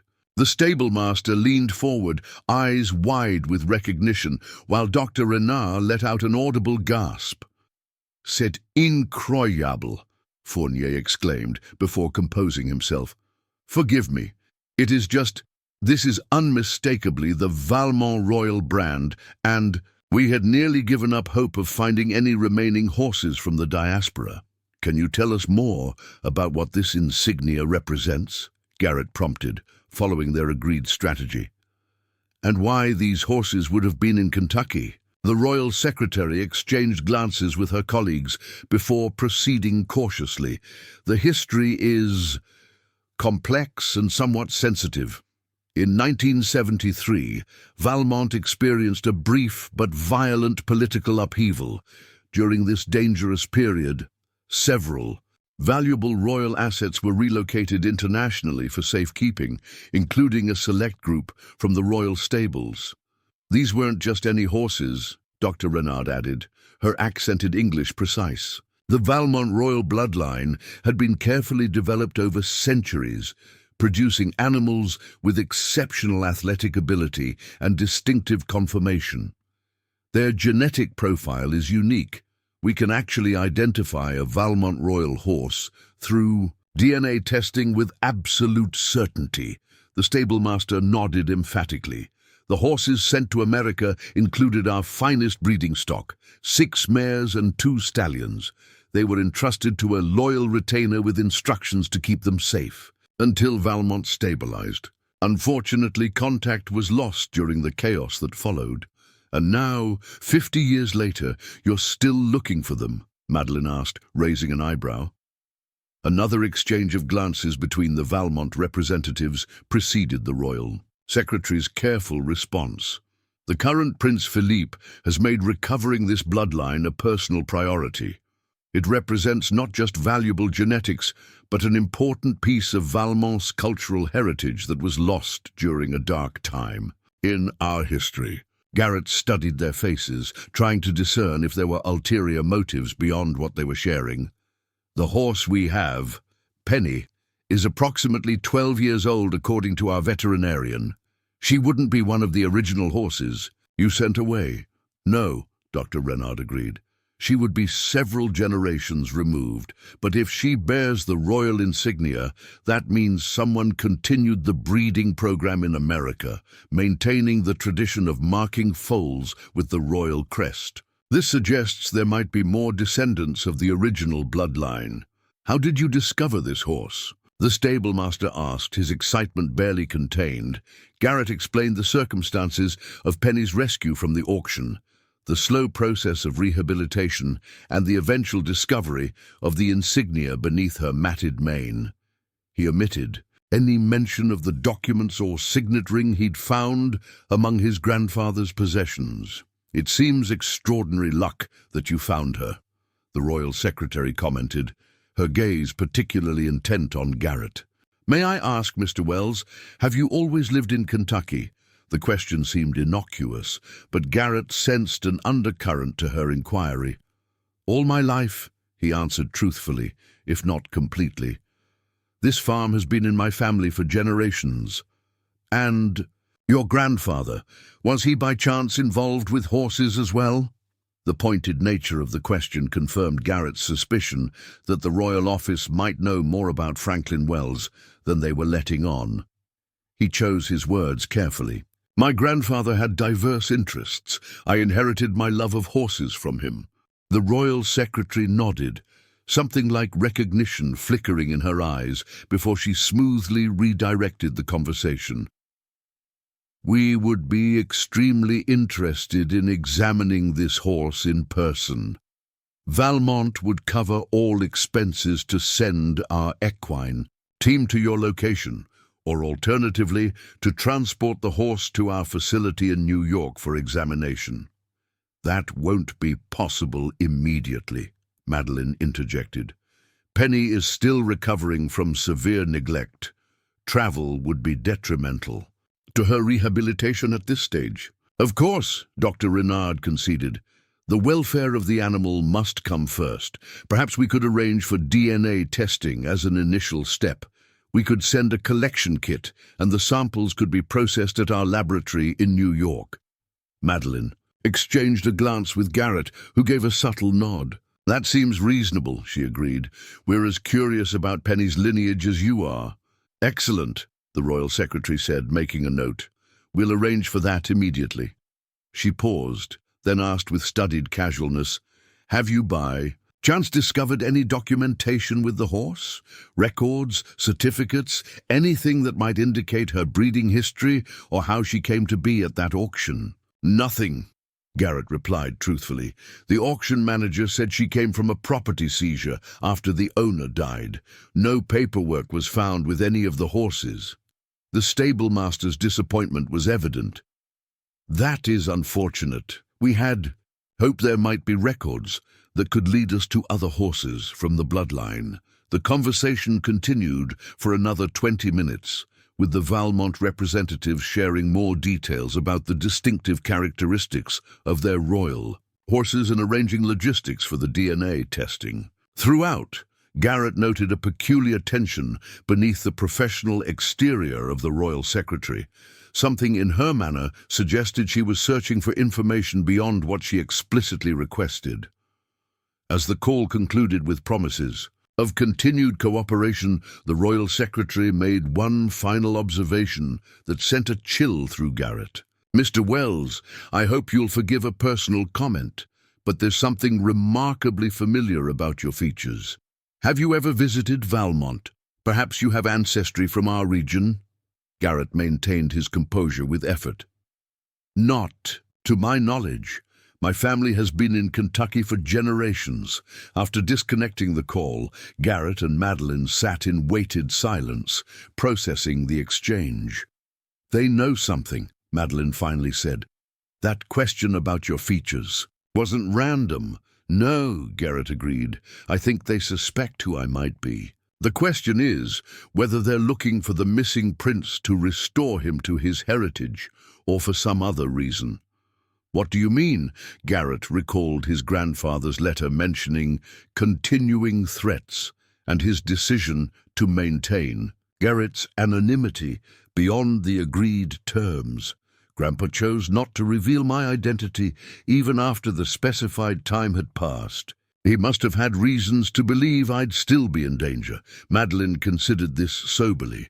The current prince, Philippe, would be your uncle, right? If the documents are accurate, he was the brother of Prince Claude, your father. Apparently. And he's been ruling Valmont all this time, presumably since reaching adulthood after the Regency period. Garrett ran a hand through his hair, the implications settling heavily. If I'm truly the son of the previous ruling prince, I might have a claim to the throne that could complicate his position. You think your uncle might not want you found? Madeline's expression grew concerned. That the search for the horses might be a pretense. I don't know what to think, Garrett admitted, but I intend to find out more about the current political situation in Valmont before we reveal anything about my potential identity. Their conversation was interrupted by the ringing of Madeline's phone. Her colleague Michel calling back with additional information. I've been researching Valmont since our conversation this morning, he explained when they put him on speaker. It's a fascinating situation. The principality is small but wealthy, known for banking discretion similar to Switzerland and luxury tourism. It's maintained independence despite its size due to strategic diplomatic marriages throughout history and valuable natural resources. What happened in 1973? Garrett asked. The coup that killed Prince Claude and Princess Marguerite? Official. History describes it as a brief military uprising led by a faction opposed to Prince Claude's modernization efforts. The coup leaders held power for only 11 days before loyal forces, with support from neighboring countries, restored order. The prince and princess were killed on the first day of fighting, reportedly when they refused to abdicate. And their son? Madeline prompted. officially declared dead in 1980, though no body was ever found. Prince Philippe, who was studying at Oxford during the coup, returned to serve as head of state once the Regency Council determined he had sufficient maturity. He formally ascended the throne in 1985. What kind of ruler is he? Garrett's question carried weight beyond mere curiosity. Michelle's response was measured. By most accounts, competent and moderate. Valmont has prospered under his leadership, though there have been persistent rumors of authoritarianism behind the picturesque facade. Civil liberties exist, but with limitations. Political opposition is technically legal, but faces significant bureaucratic obstacles. And if the original heir were to reappear? Madeline asked the question Garrett couldn't bring himself to voice. That's where it gets interesting, Michelle replied. Valmont's succession law traditionally followed male primogeniture. The eldest son inherits. However, in 1990, Prince Philippe enacted constitutional reforms that specifically addressed succession in cases of presumed death. Under the new laws, once an heir is officially declared dead and another successor has ruled for more than 20 years, the line of succession becomes permanently altered, meaning Philippe's position would be secure even if the original heir reappeared, Garrett surmised. Legally, yes, though it might create significant political and social complications. Public sentiment could be unpredictable. After thanking Michel for his research, Garrett and Madeline retreated to the porch, where the familiar landscape of Wells Farm stretched before them, unchanged despite the seismic shifts in their understanding. "What are you thinking?" Madeline asked softly, studying her father's profile. Garrett was silent for a long moment. "I'm thinking about identity," he finally said, "about how we become who we are. I've been Garrett Wells my entire conscious life. Farmer, husband to Sarah, father to you, horse rehabilitator. That's who I know myself to be." He turned the signet, ring over in his palm, its weight substantial despite its small size. "But what if there's another identity that's equally mine? Prince Garrett Valmont, son of Claude and Marguerite, heir to a throne and a heritage I know nothing about." "You don't have to choose," Madeline suggested. "You can acknowledge both without rejecting either." "Can I?" The man who might have been Prince Garrett was essentially erased at age 3. I have no memory of that life, those parents, that country. He sighed deeply. Yet I can't deny the evidence, or this strange sense of recognition when I saw the insignia on Penny. The following morning brought an overnight package from the Valmont Royal Office, a DNA testing kit for Penny with detailed instructions and prepaid return shipping.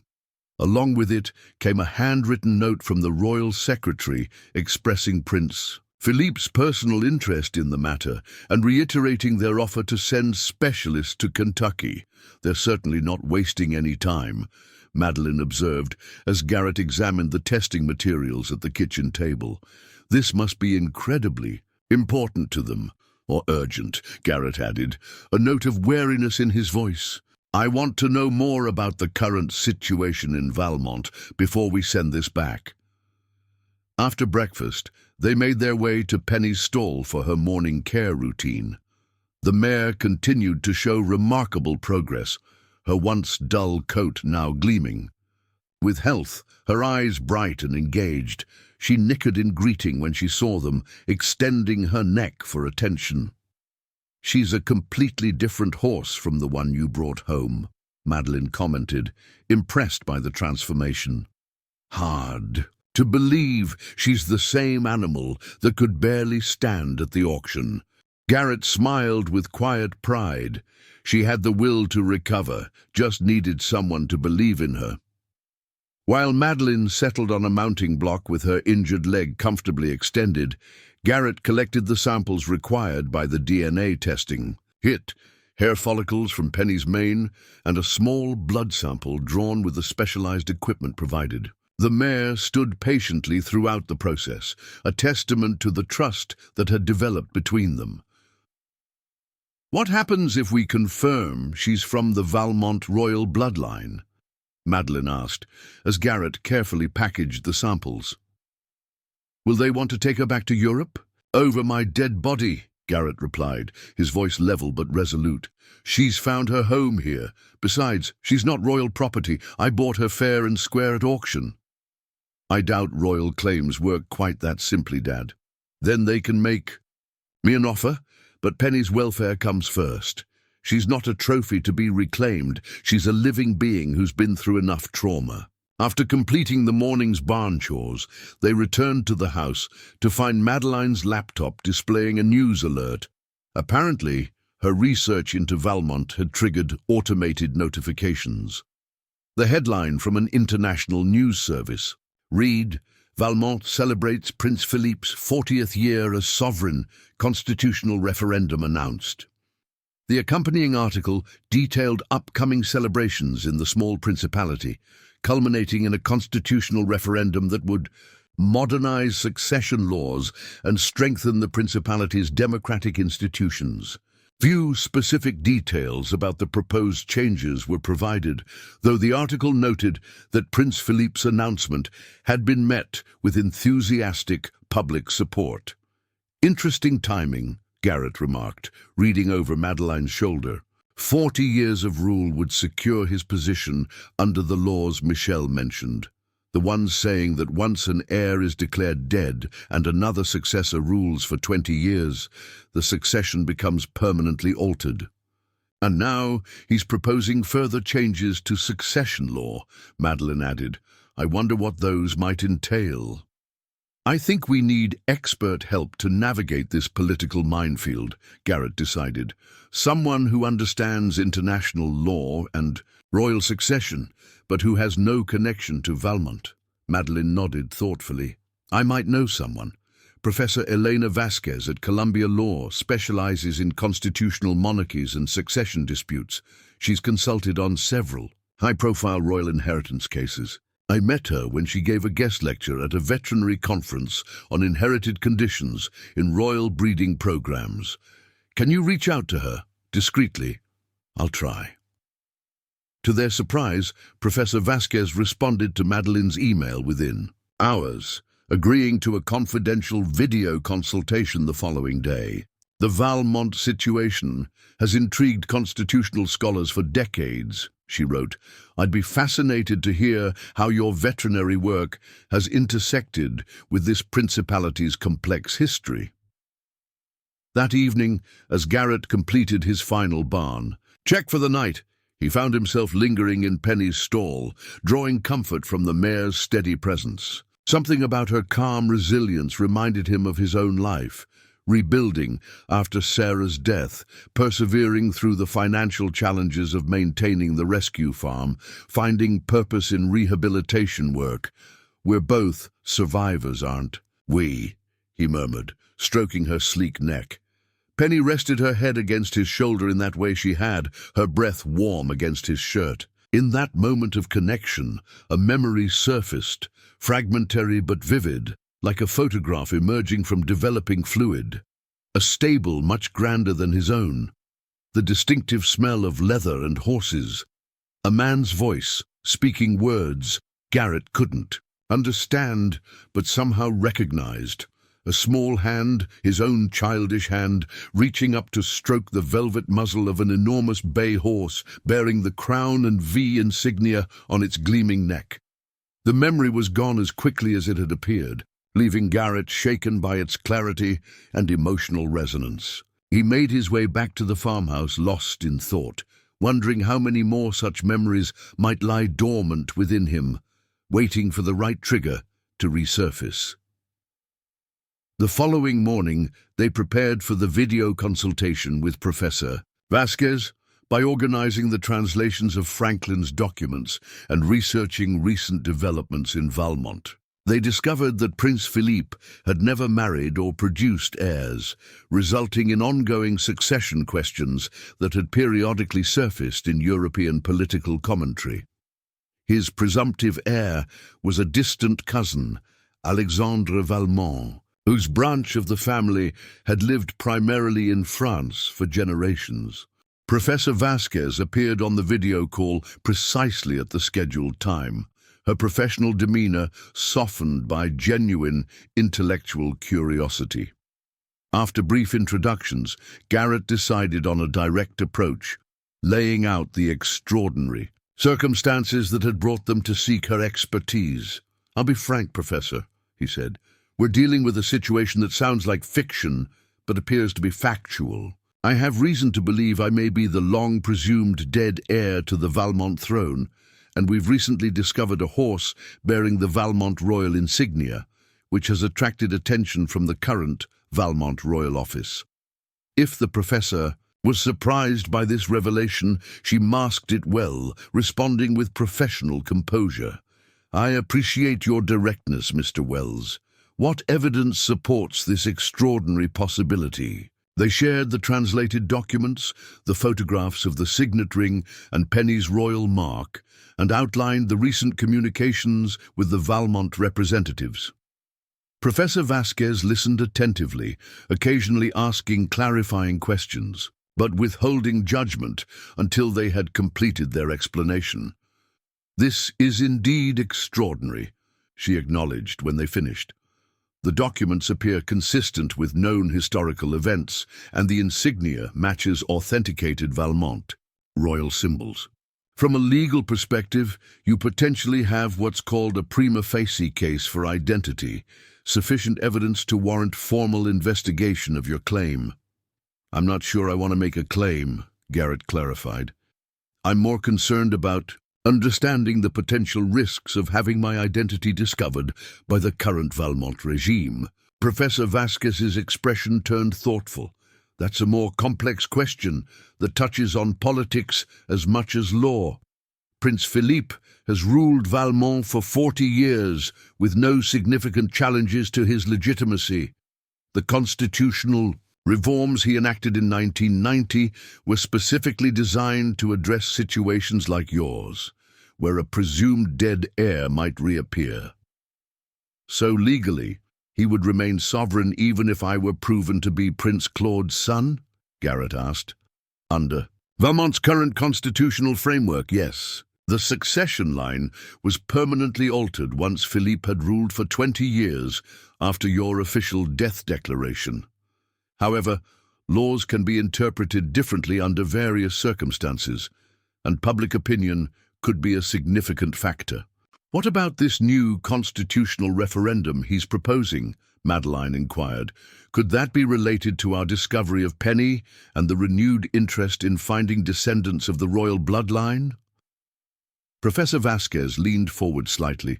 Her academic interest clearly piqued. "It's a fascinating coincidence, certainly. Without knowing the specific provisions of the proposed changes, I can only speculate. But it would be logical for Philippe to seek additional legal reinforcement of his position if he suspected the possible emergence of a direct heir from his brother's line." "Do you think he means me harm?" Garrett asked bluntly. "My grandfather clearly believed there was continuing danger, even decades after the coup." The professor considered this carefully. "Political violence within established European monarchies is exceedingly rare in the modern era. That said, succession disputes can trigger extraordinary responses when power and national identity are at stake. Prince Philippe has built his entire reign on the understanding that his brother's line ended in 1973. Your existence, especially if verified through DNA testing, would complicate that narrative significantly." "DNA testing," Garrett repeated, a new concern forming. "The royal office sent a kit for testing Penny to confirm her lineage from the Valmont royal stables. If she's positively identified, could they use her DNA to help confirm my identity?" "Potentially, yes," Professor Vasquez confirmed.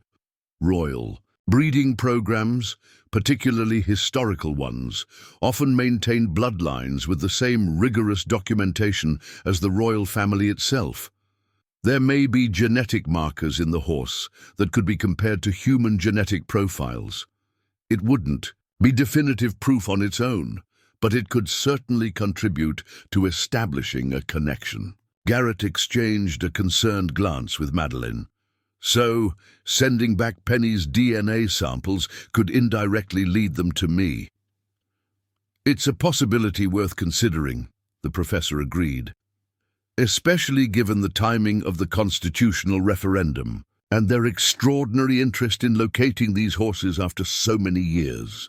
After concluding the consultation with Professor Vasquez, who promised to research the proposed Valmont constitutional changes more thoroughly, Garrett and Madeline sat on the farmhouse porch, watching a summer thunderstorm gather on the horizon. The dark clouds mirrored Garrett's troubled thoughts. "I don't think we should send Penny's DNA samples," he finally said, breaking their contemplative silence. "At least not yet." Madeline nodded. "I agree. There are too many unanswered questions about Prince Philippe's motives. But they'll be expecting the samples. We need a plausible reason for the delay. We could say we're getting a second veterinary. Opinion on whether the collection process might stress her, given her fragile recovery," Garrett suggested. "It would buy us some time to gather more information." The conversation paused as Garrett's phone rang, an unfamiliar international number. With a sense of foreboding, he answered, putting the call on speaker. "Mr. Wells?" The Royal Secretary's crisp voice came through clearly, despite the international connection. "Claudia Belmont from the Valmont Royal Office. I'm calling with some exciting news. His Royal Highness Prince Philippe has taken a personal interest in your discovery and has arranged to visit your farm himself, along with our equine specialists." Garrett's grip tightened on the phone. "That's unexpected. When exactly is Prince Philippe proposing to visit?" "His private jet will arrive tomorrow. The Prince understands this is short notice, but the opportunity aligned perfectly with his scheduled U.S. diplomatic tour. He's eager to see this remarkable horse personally, given the historical significance to Valmont's heritage." "Tomorrow?" Garrett repeated, struggling to maintain his composure. "Miss Belmont, while we're honored by the Prince's interest, I'm afraid tomorrow simply isn't workable. My daughter is recovering from serious injuries, and the farm is not prepared for a royal visit on such short notice." The Secretary's tone cooled noticeably. "The Prince will be traveling with a full diplomatic entourage, including medical staff, who would be happy to attend to your daughter's needs. As for preparations, we require nothing elaborate. His Highness understands he would be visiting a working farm." "Nevertheless," Garrett insisted, "we would need more time to properly prepare. Perhaps next week would be more suitable." A telling pause preceded her response. "Mr. Wells, I'm afraid I must be candid.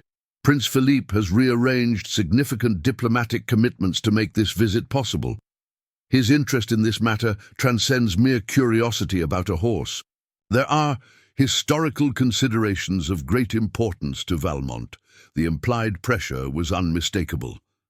Garrett met Madeline's concerned gaze across the phone and made a quick decision. "Then we should be equally candid, Miss Belmont. We've discovered information suggesting the horse may be connected to events surrounding the 1973 coup and the evacuation of certain royal assets from Valmont, including, potentially, the young prince who was declared dead." A sharp intake of breath came through the speaker. "Mr. Wells, these are matters of the utmost sensitivity and national security to Valmont. I strongly advise against discussing them on an unsecured line." "Then perhaps Prince Philippe should approach this visit with greater transparency about his intentions," Garrett countered, a protective instinct rising within him. "We're willing to cooperate with verification of the horse's lineage, but we need assurances about the broader implications." The Royal Secretary's voice turned formal, almost cold. "I will convey your concerns to His Royal Highness. However, I must emphasize that postponing this visit may not be possible given the Prince's schedule. I will contact you again once I've consulted with him." After the call ended, Madeline looked at her father with a mixture of admiration and concern.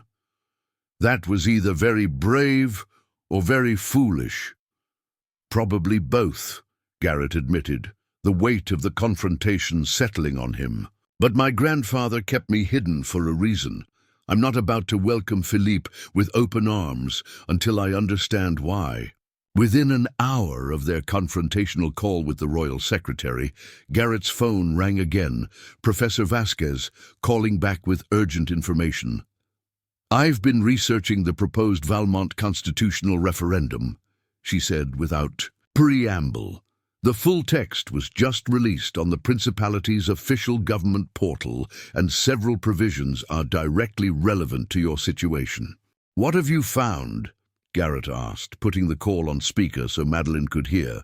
The referendum would fundamentally alter the historical principle of male primogeniture in the Valmont succession.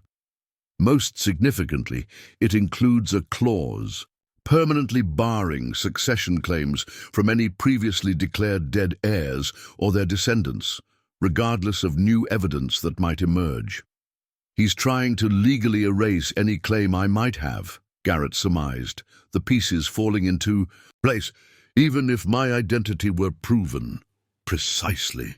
And the timing is remarkable. The referendum is scheduled for September 17th, exactly 50 years after the coup that killed your parents.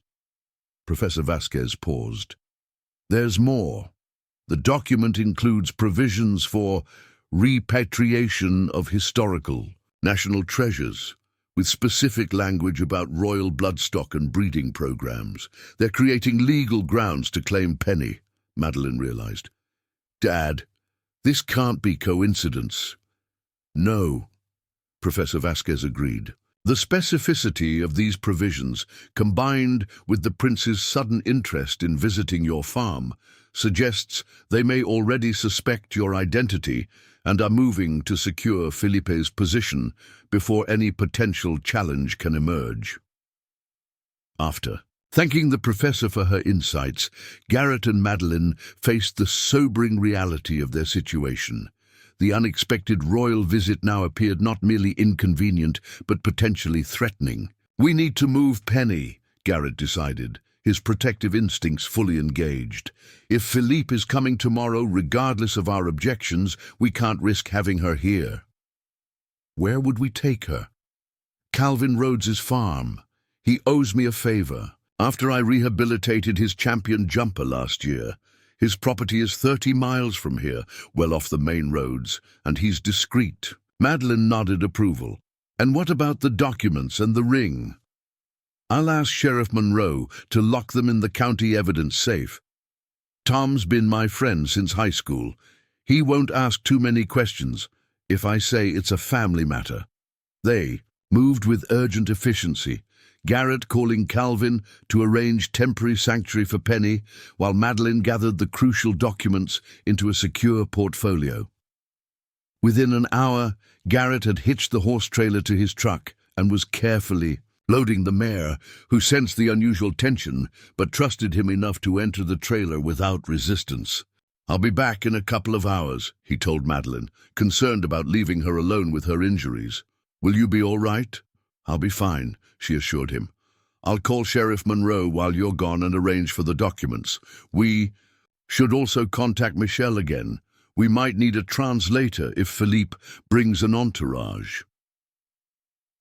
As Garrett drove Penny to Calvin's farm, his mind raced with contingency plans. The royal secretary hadn't called back to confirm or cancel the visit, leaving them to assume Prince Philippe would arrive the following day as announced. What exactly did the prince know? What did he suspect? And most crucially, what were his true intentions regarding both Penny and Garrett himself? Calvin Rhodes, a taciturn but reliable neighboring farmer, asked no questions beyond the essential details when Garrett arrived with Penny. "Horse needs a quiet place to stay for a few days. Royal folks wanting to claim her. Rather not let them."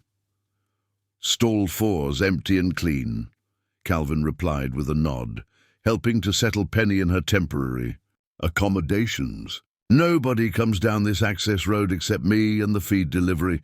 She'll be safe here." Returning to Wells Farm, Garrett found Sheriff Monroe's patrol car parked in the driveway. The sheriff, a stocky man with a weathered face and shrewd eyes that belied his folksy manner, was sitting with Madeline on the porch, deep in conversation. "Your daughter's been telling me a mighty interesting story," Tom said as Garrett climbed the porch steps. "Sounds like the plot of one of those Netflix shows my wife watches."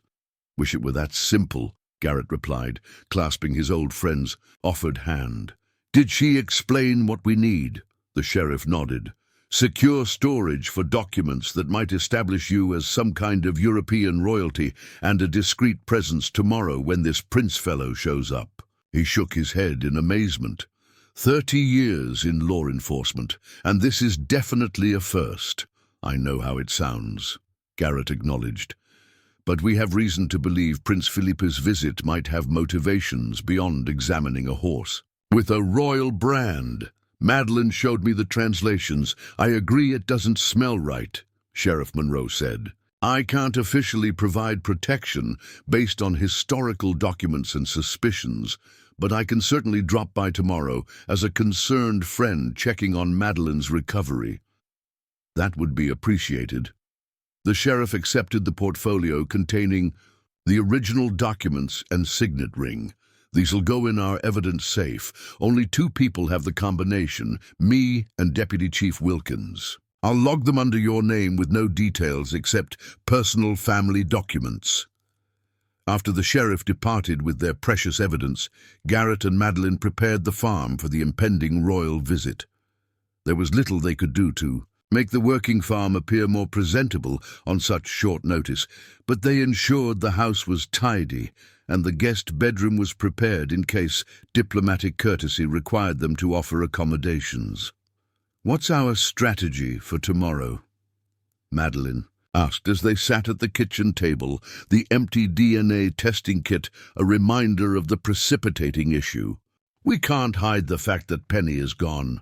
They'll know we moved her deliberately. We tell the truth, partially," Garrett decided. "The mare was showing signs of stress after the DNA collection process, so we moved her to a quieter facility on veterinary recommendation. We don't specify where, and when they press for her location, we express regret at the unfortunate timing and offer to arrange a visit once she's stabilized. The important thing is to gauge Prince Philippe's reaction and try to determine what he actually knows about me." As darkness fell, another call came from the royal secretary, confirming that Prince Philippe would indeed arrive at noon the following day, accompanied by a small diplomatic delegation and security personnel. The tone was coolly professional, with no acknowledgement of the earlier tension. Neither Garrett nor Madeline slept well that night.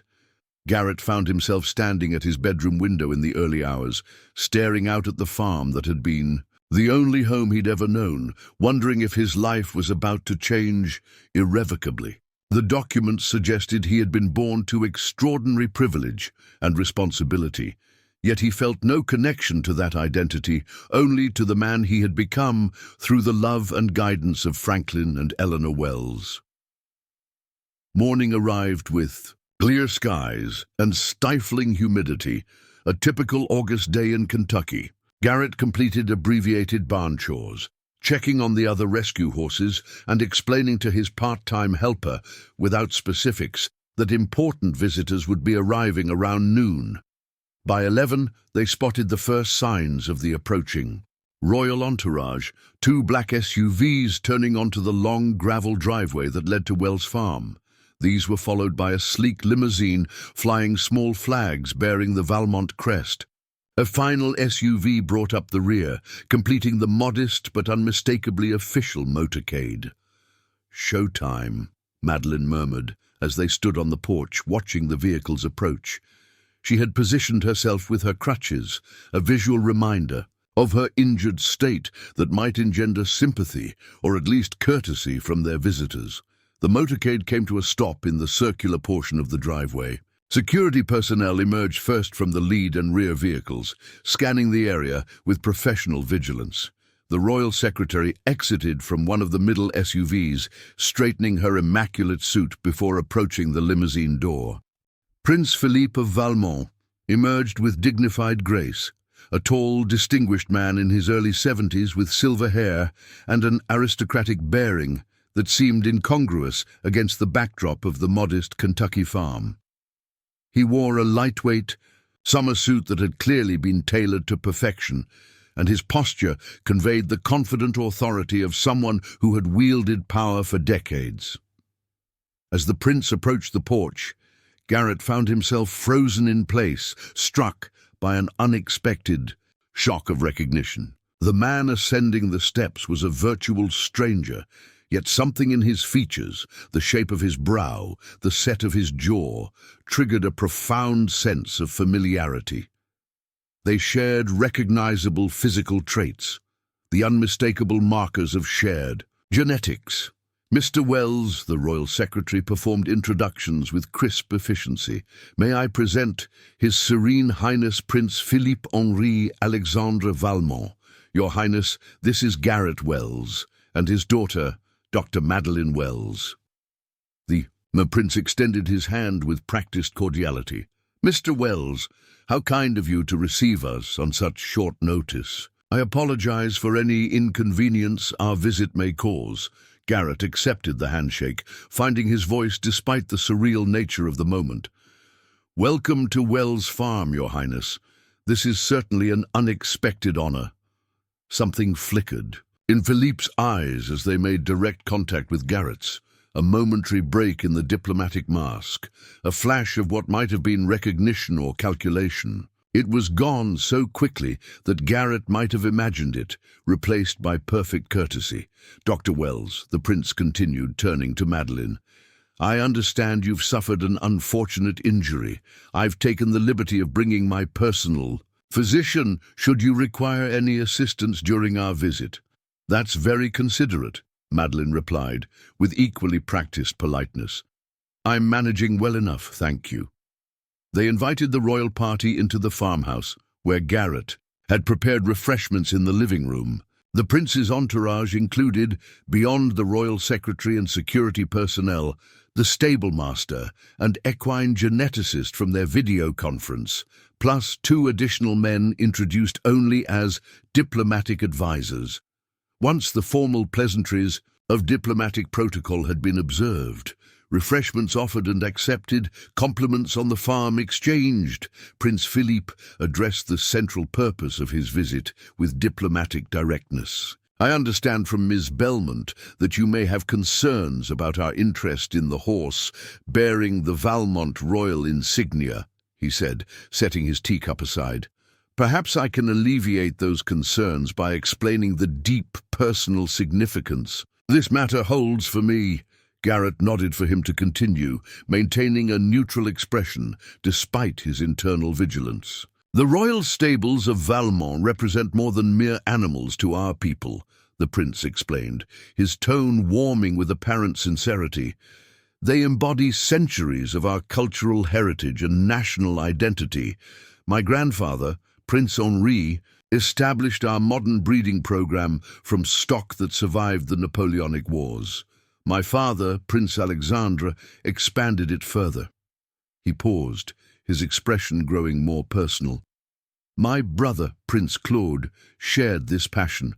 Before his tragic death, he had begun an innovative breeding program focused on Olympic-caliber sport horses. The animals evacuated during the 1973 unrest represented the culmination of this work and one of the few tangible legacies of my brother's brief reign. The mention of Claude, Garrett's father, if the documents were accurate, sent an involuntary tension through him. He noticed the royal secretary watching his reaction with subtle intensity. We can certainly appreciate the historical and cultural significance, Madeline interjected smoothly.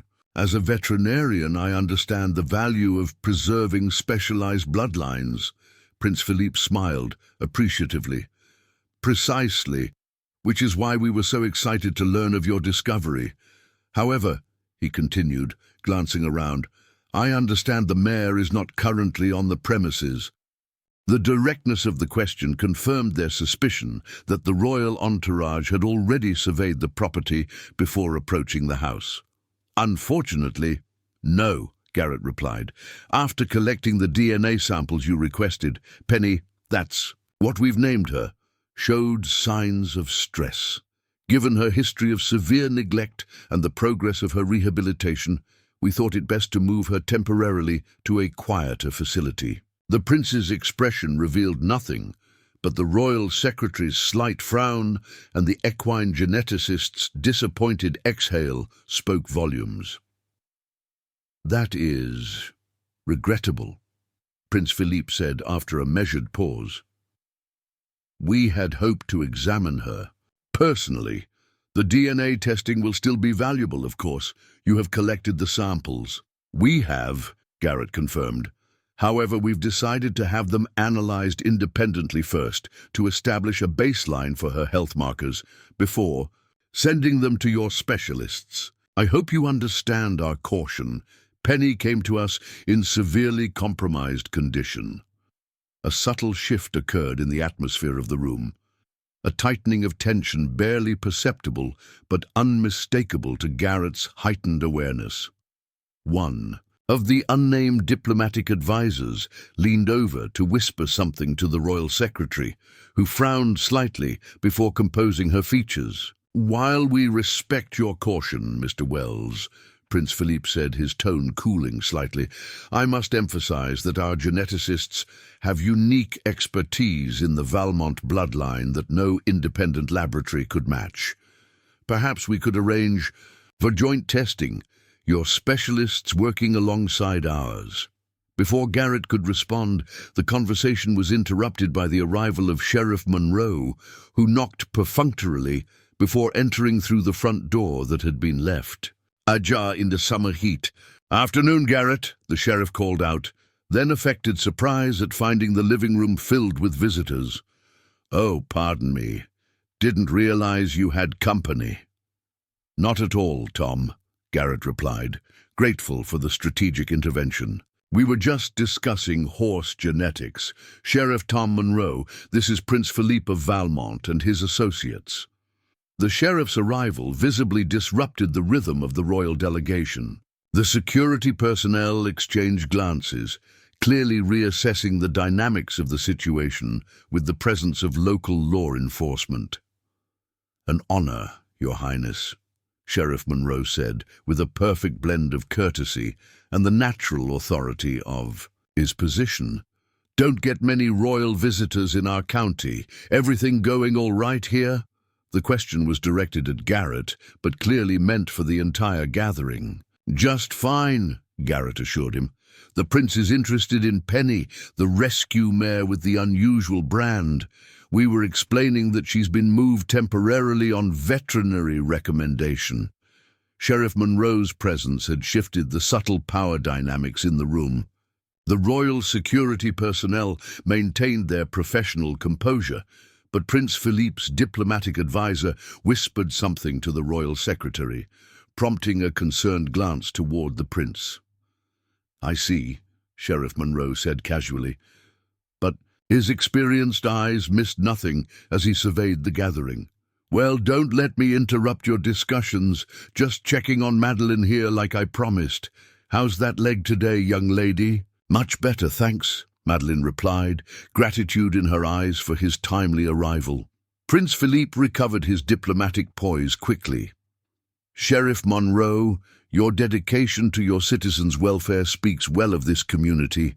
Perhaps you could join us? We were about to discuss the historical significance of the royal insignia discovered on Mr. Wells's rescue horse." The invitation was a graceful pivot, reclaiming control of the conversation. The prince turned to Garrett with renewed focus.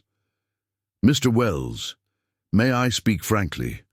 I believe there may be more to our mutual situation than has been explicitly acknowledged."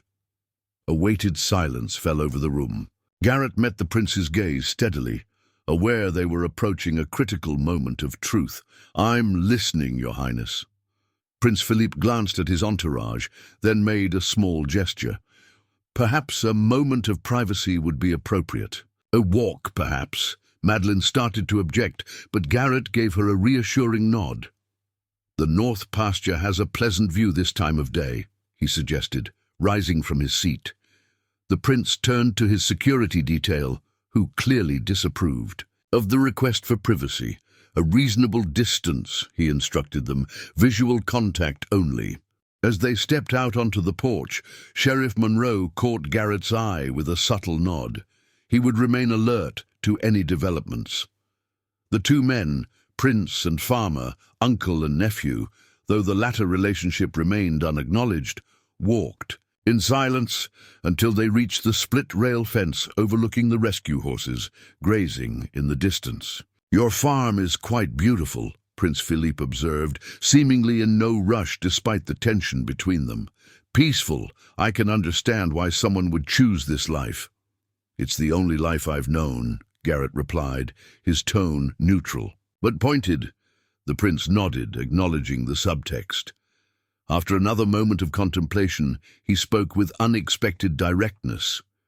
"You have discovered documents regarding your origins, haven't you? That's why you moved the horse and are reluctant to provide the DNA samples. There seemed little point in further denial." "Yes." "May I ask what these documents suggest?"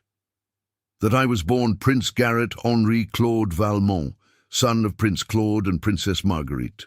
That after their assassination in the 1973 coup, I was smuggled out of Valmont for my protection by my grandfather's friend, Franklin Wells, who raised me as his grandson."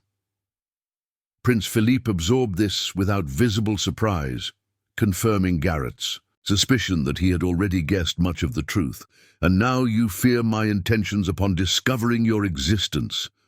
The timing of your constitutional referendum creates certain concerns," Garrett acknowledged. The prince's weathered face revealed a flicker of genuine emotion, regret, perhaps, or resignation. "For 40 years I believed my brother's son died with him and Marguerite. The official search continued for years, but eventually all hope faded. I mourned you, nephew, along with your parents. Yet now you're pushing through constitutional changes that would permanently block any claim I might have, coincidentally just as a horse bearing the royal insignia surfaces." Philippe turned to face him directly. "Politics is never simple, Garrett. Valmont has prospered under stability. The proposed changes are meant to prevent succession chaos when I'm gone. I have no children of my own. And my sudden reappearance would complicate your neat succession plan. It would create significant political upheaval, yes, but I did not come here to threaten or eliminate you, if that's what you fear." The prince's voice carried a note of wounded dignity. "You are my brother's son, the last living piece of Claude I have in this world." Garrett studied the older man's face, searching for deception and finding instead a complex mixture of calculation and what appeared to be genuine emotion. "Then what are your intentions?" "To know you, to understand the man my nephew became, to see if there might be a place for you in Valmont's future that honors your birthright without destabilizing the nation." The prince gestured toward the farmhouse. "And yes, to recover the royal bloodstock, which represents a cultural heritage beyond political considerations." "Penny stays here," Garrett said firmly. "Whatever else happens, that's non-negotiable. She's found her home." A smile touched the prince's lips. "You have your father's stubborn streak. Claude was equally protective of things he cared about." He seemed to reach a decision. "I will not press for the horse's relocation if you will agree to allow our geneticists to document her bloodline and potentially use her for limited, carefully supervised breeding to restore the royal line." "And what about me? What exactly are you proposing?" "Come to Valmont," Philippe said simply.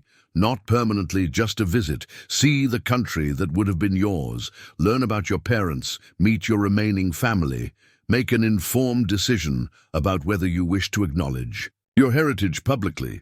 And if I choose to remain Garrett Wells, Kentucky horse farmer, then I would respect that choice, with certain discreet legal arrangements to ensure national stability." The prince's gaze turned reflective. "I have ruled Valmont for 40 years, Garrett.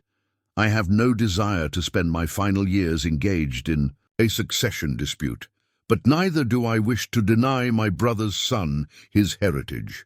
The sincerity in his voice was compelling, yet Garrett remained cautious. "I would need guarantees of safety for myself and my daughter. Of course, diplomatic protections, documented and witnessed by neutral parties." Philippe gestured toward the grazing horses. "Your work here, rehabilitating damaged animals, giving them new purpose, it's admirable. Perhaps there's a way to expand that work with Valmont's resources, whether or not you choose to reclaim your title." The conversation continued as they slowly walked the perimeter of the pasture, discussing practical arrangements, potential timelines, and the conditions under which Garrett might consider visiting his birthplace. By the time they returned to the farmhouse, a tentative understanding had been reached, not quite trust, but a framework for moving forward with mutual respect. The royal entourage departed by mid-afternoon, leaving Garrett and Madeline to process the extraordinary encounter with Sheriff Monroe, who had remained throughout as a protective presence. "Do you believe him?" Madeline asked, after the last security vehicle disappeared down the driveway. "About respecting your choice." Garrett considered the question carefully. "Not entirely, but I believe he's sincere about wanting to know me and about finding a solution that doesn't involve either public scandal or personal threat." The diplomatic, "A visit he's proposing, you're actually considering it. I think I have to." Garrett gazed out at the farm that had defined his identity for 5 decades. "Not for the title or position, but for answers. About my parents, about who I might have been." Sheriff Monroe, who had listened quietly to their exchange, added his perspective. "For what it's worth, I've spent 30 years reading people in difficult situations. The prince seemed genuinely affected by meeting you, Garrett. There was recognition there, and not just political calculation." In the days that followed, they retrieved Penny from Calvin's farm and the documents from the sheriff's evidence safe. As promised, Prince Philippe sent a formal diplomatic invitation for Garrett and Madeline to visit Valmont for 2 weeks in October, after Madeline's medical recovery would be complete. The invitation included detailed security guarantees and a personal letter from the prince with information about Claude and Marguerite, the parents Garrett had never known. Penny continued her remarkable recovery, growing stronger each day under Garrett's attentive care. When the Valmont geneticists returned under a more transparent arrangement, they confirmed, through careful testing, that she was indeed a direct descendant of the royal bloodline, specifically the granddaughter of one of the prized mares evacuated during the 1973 coup. More extraordinarily, they discovered something that explained Penny's mysterious appearance at the county auction. The hoarder who had neglected her and 14 other horses had been Gerard Laurent, the very man entrusted with transporting the royal bloodstock to America. He had maintained the breeding program in secret for decades, marking each newborn foal with the royal insignia according to tradition, but had descended into psychological decline in his final years, neglecting the precious horses he had once protected. As autumn approached, Garrett found himself standing in Penny's stall, the evening light casting long shadows across the barn floor. The mare rested her head on his shoulder in her customary gesture of trust and affection. "We've both had quite a journey, haven't we, girl?" he murmured, stroking her gleaming neck, where the royal insignia now stood as a proud testament to her heritage rather than a mysterious brand. "Both of us lost, both found, both discovering we're more than we thought we were." Penny nickered softly, as if in agreement. Whether Garrett would ultimately embrace his royal heritage or remain simply a Kentucky horse farmer remained an open question. But he had found something perhaps more valuable than a title or crown: the missing pieces of his identity, the truth of his origins, and the freedom to choose his own path forward with full knowledge of who he was and where he came from.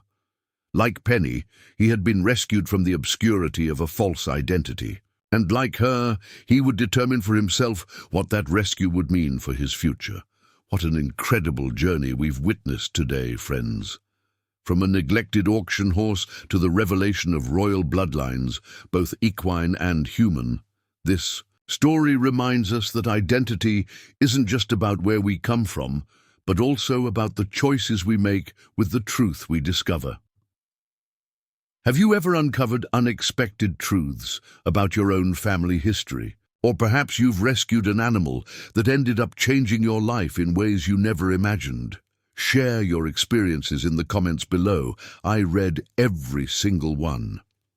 If this story touched your heart, please hit that subscribe button and notification bell so you won't miss tomorrow's extraordinary tale of connection across generations. I've been saving something truly special for our loyal viewers. Until next time, remember that sometimes the most remarkable discoveries are hiding right beneath a matted mane, waiting for someone caring enough to reveal their true beauty.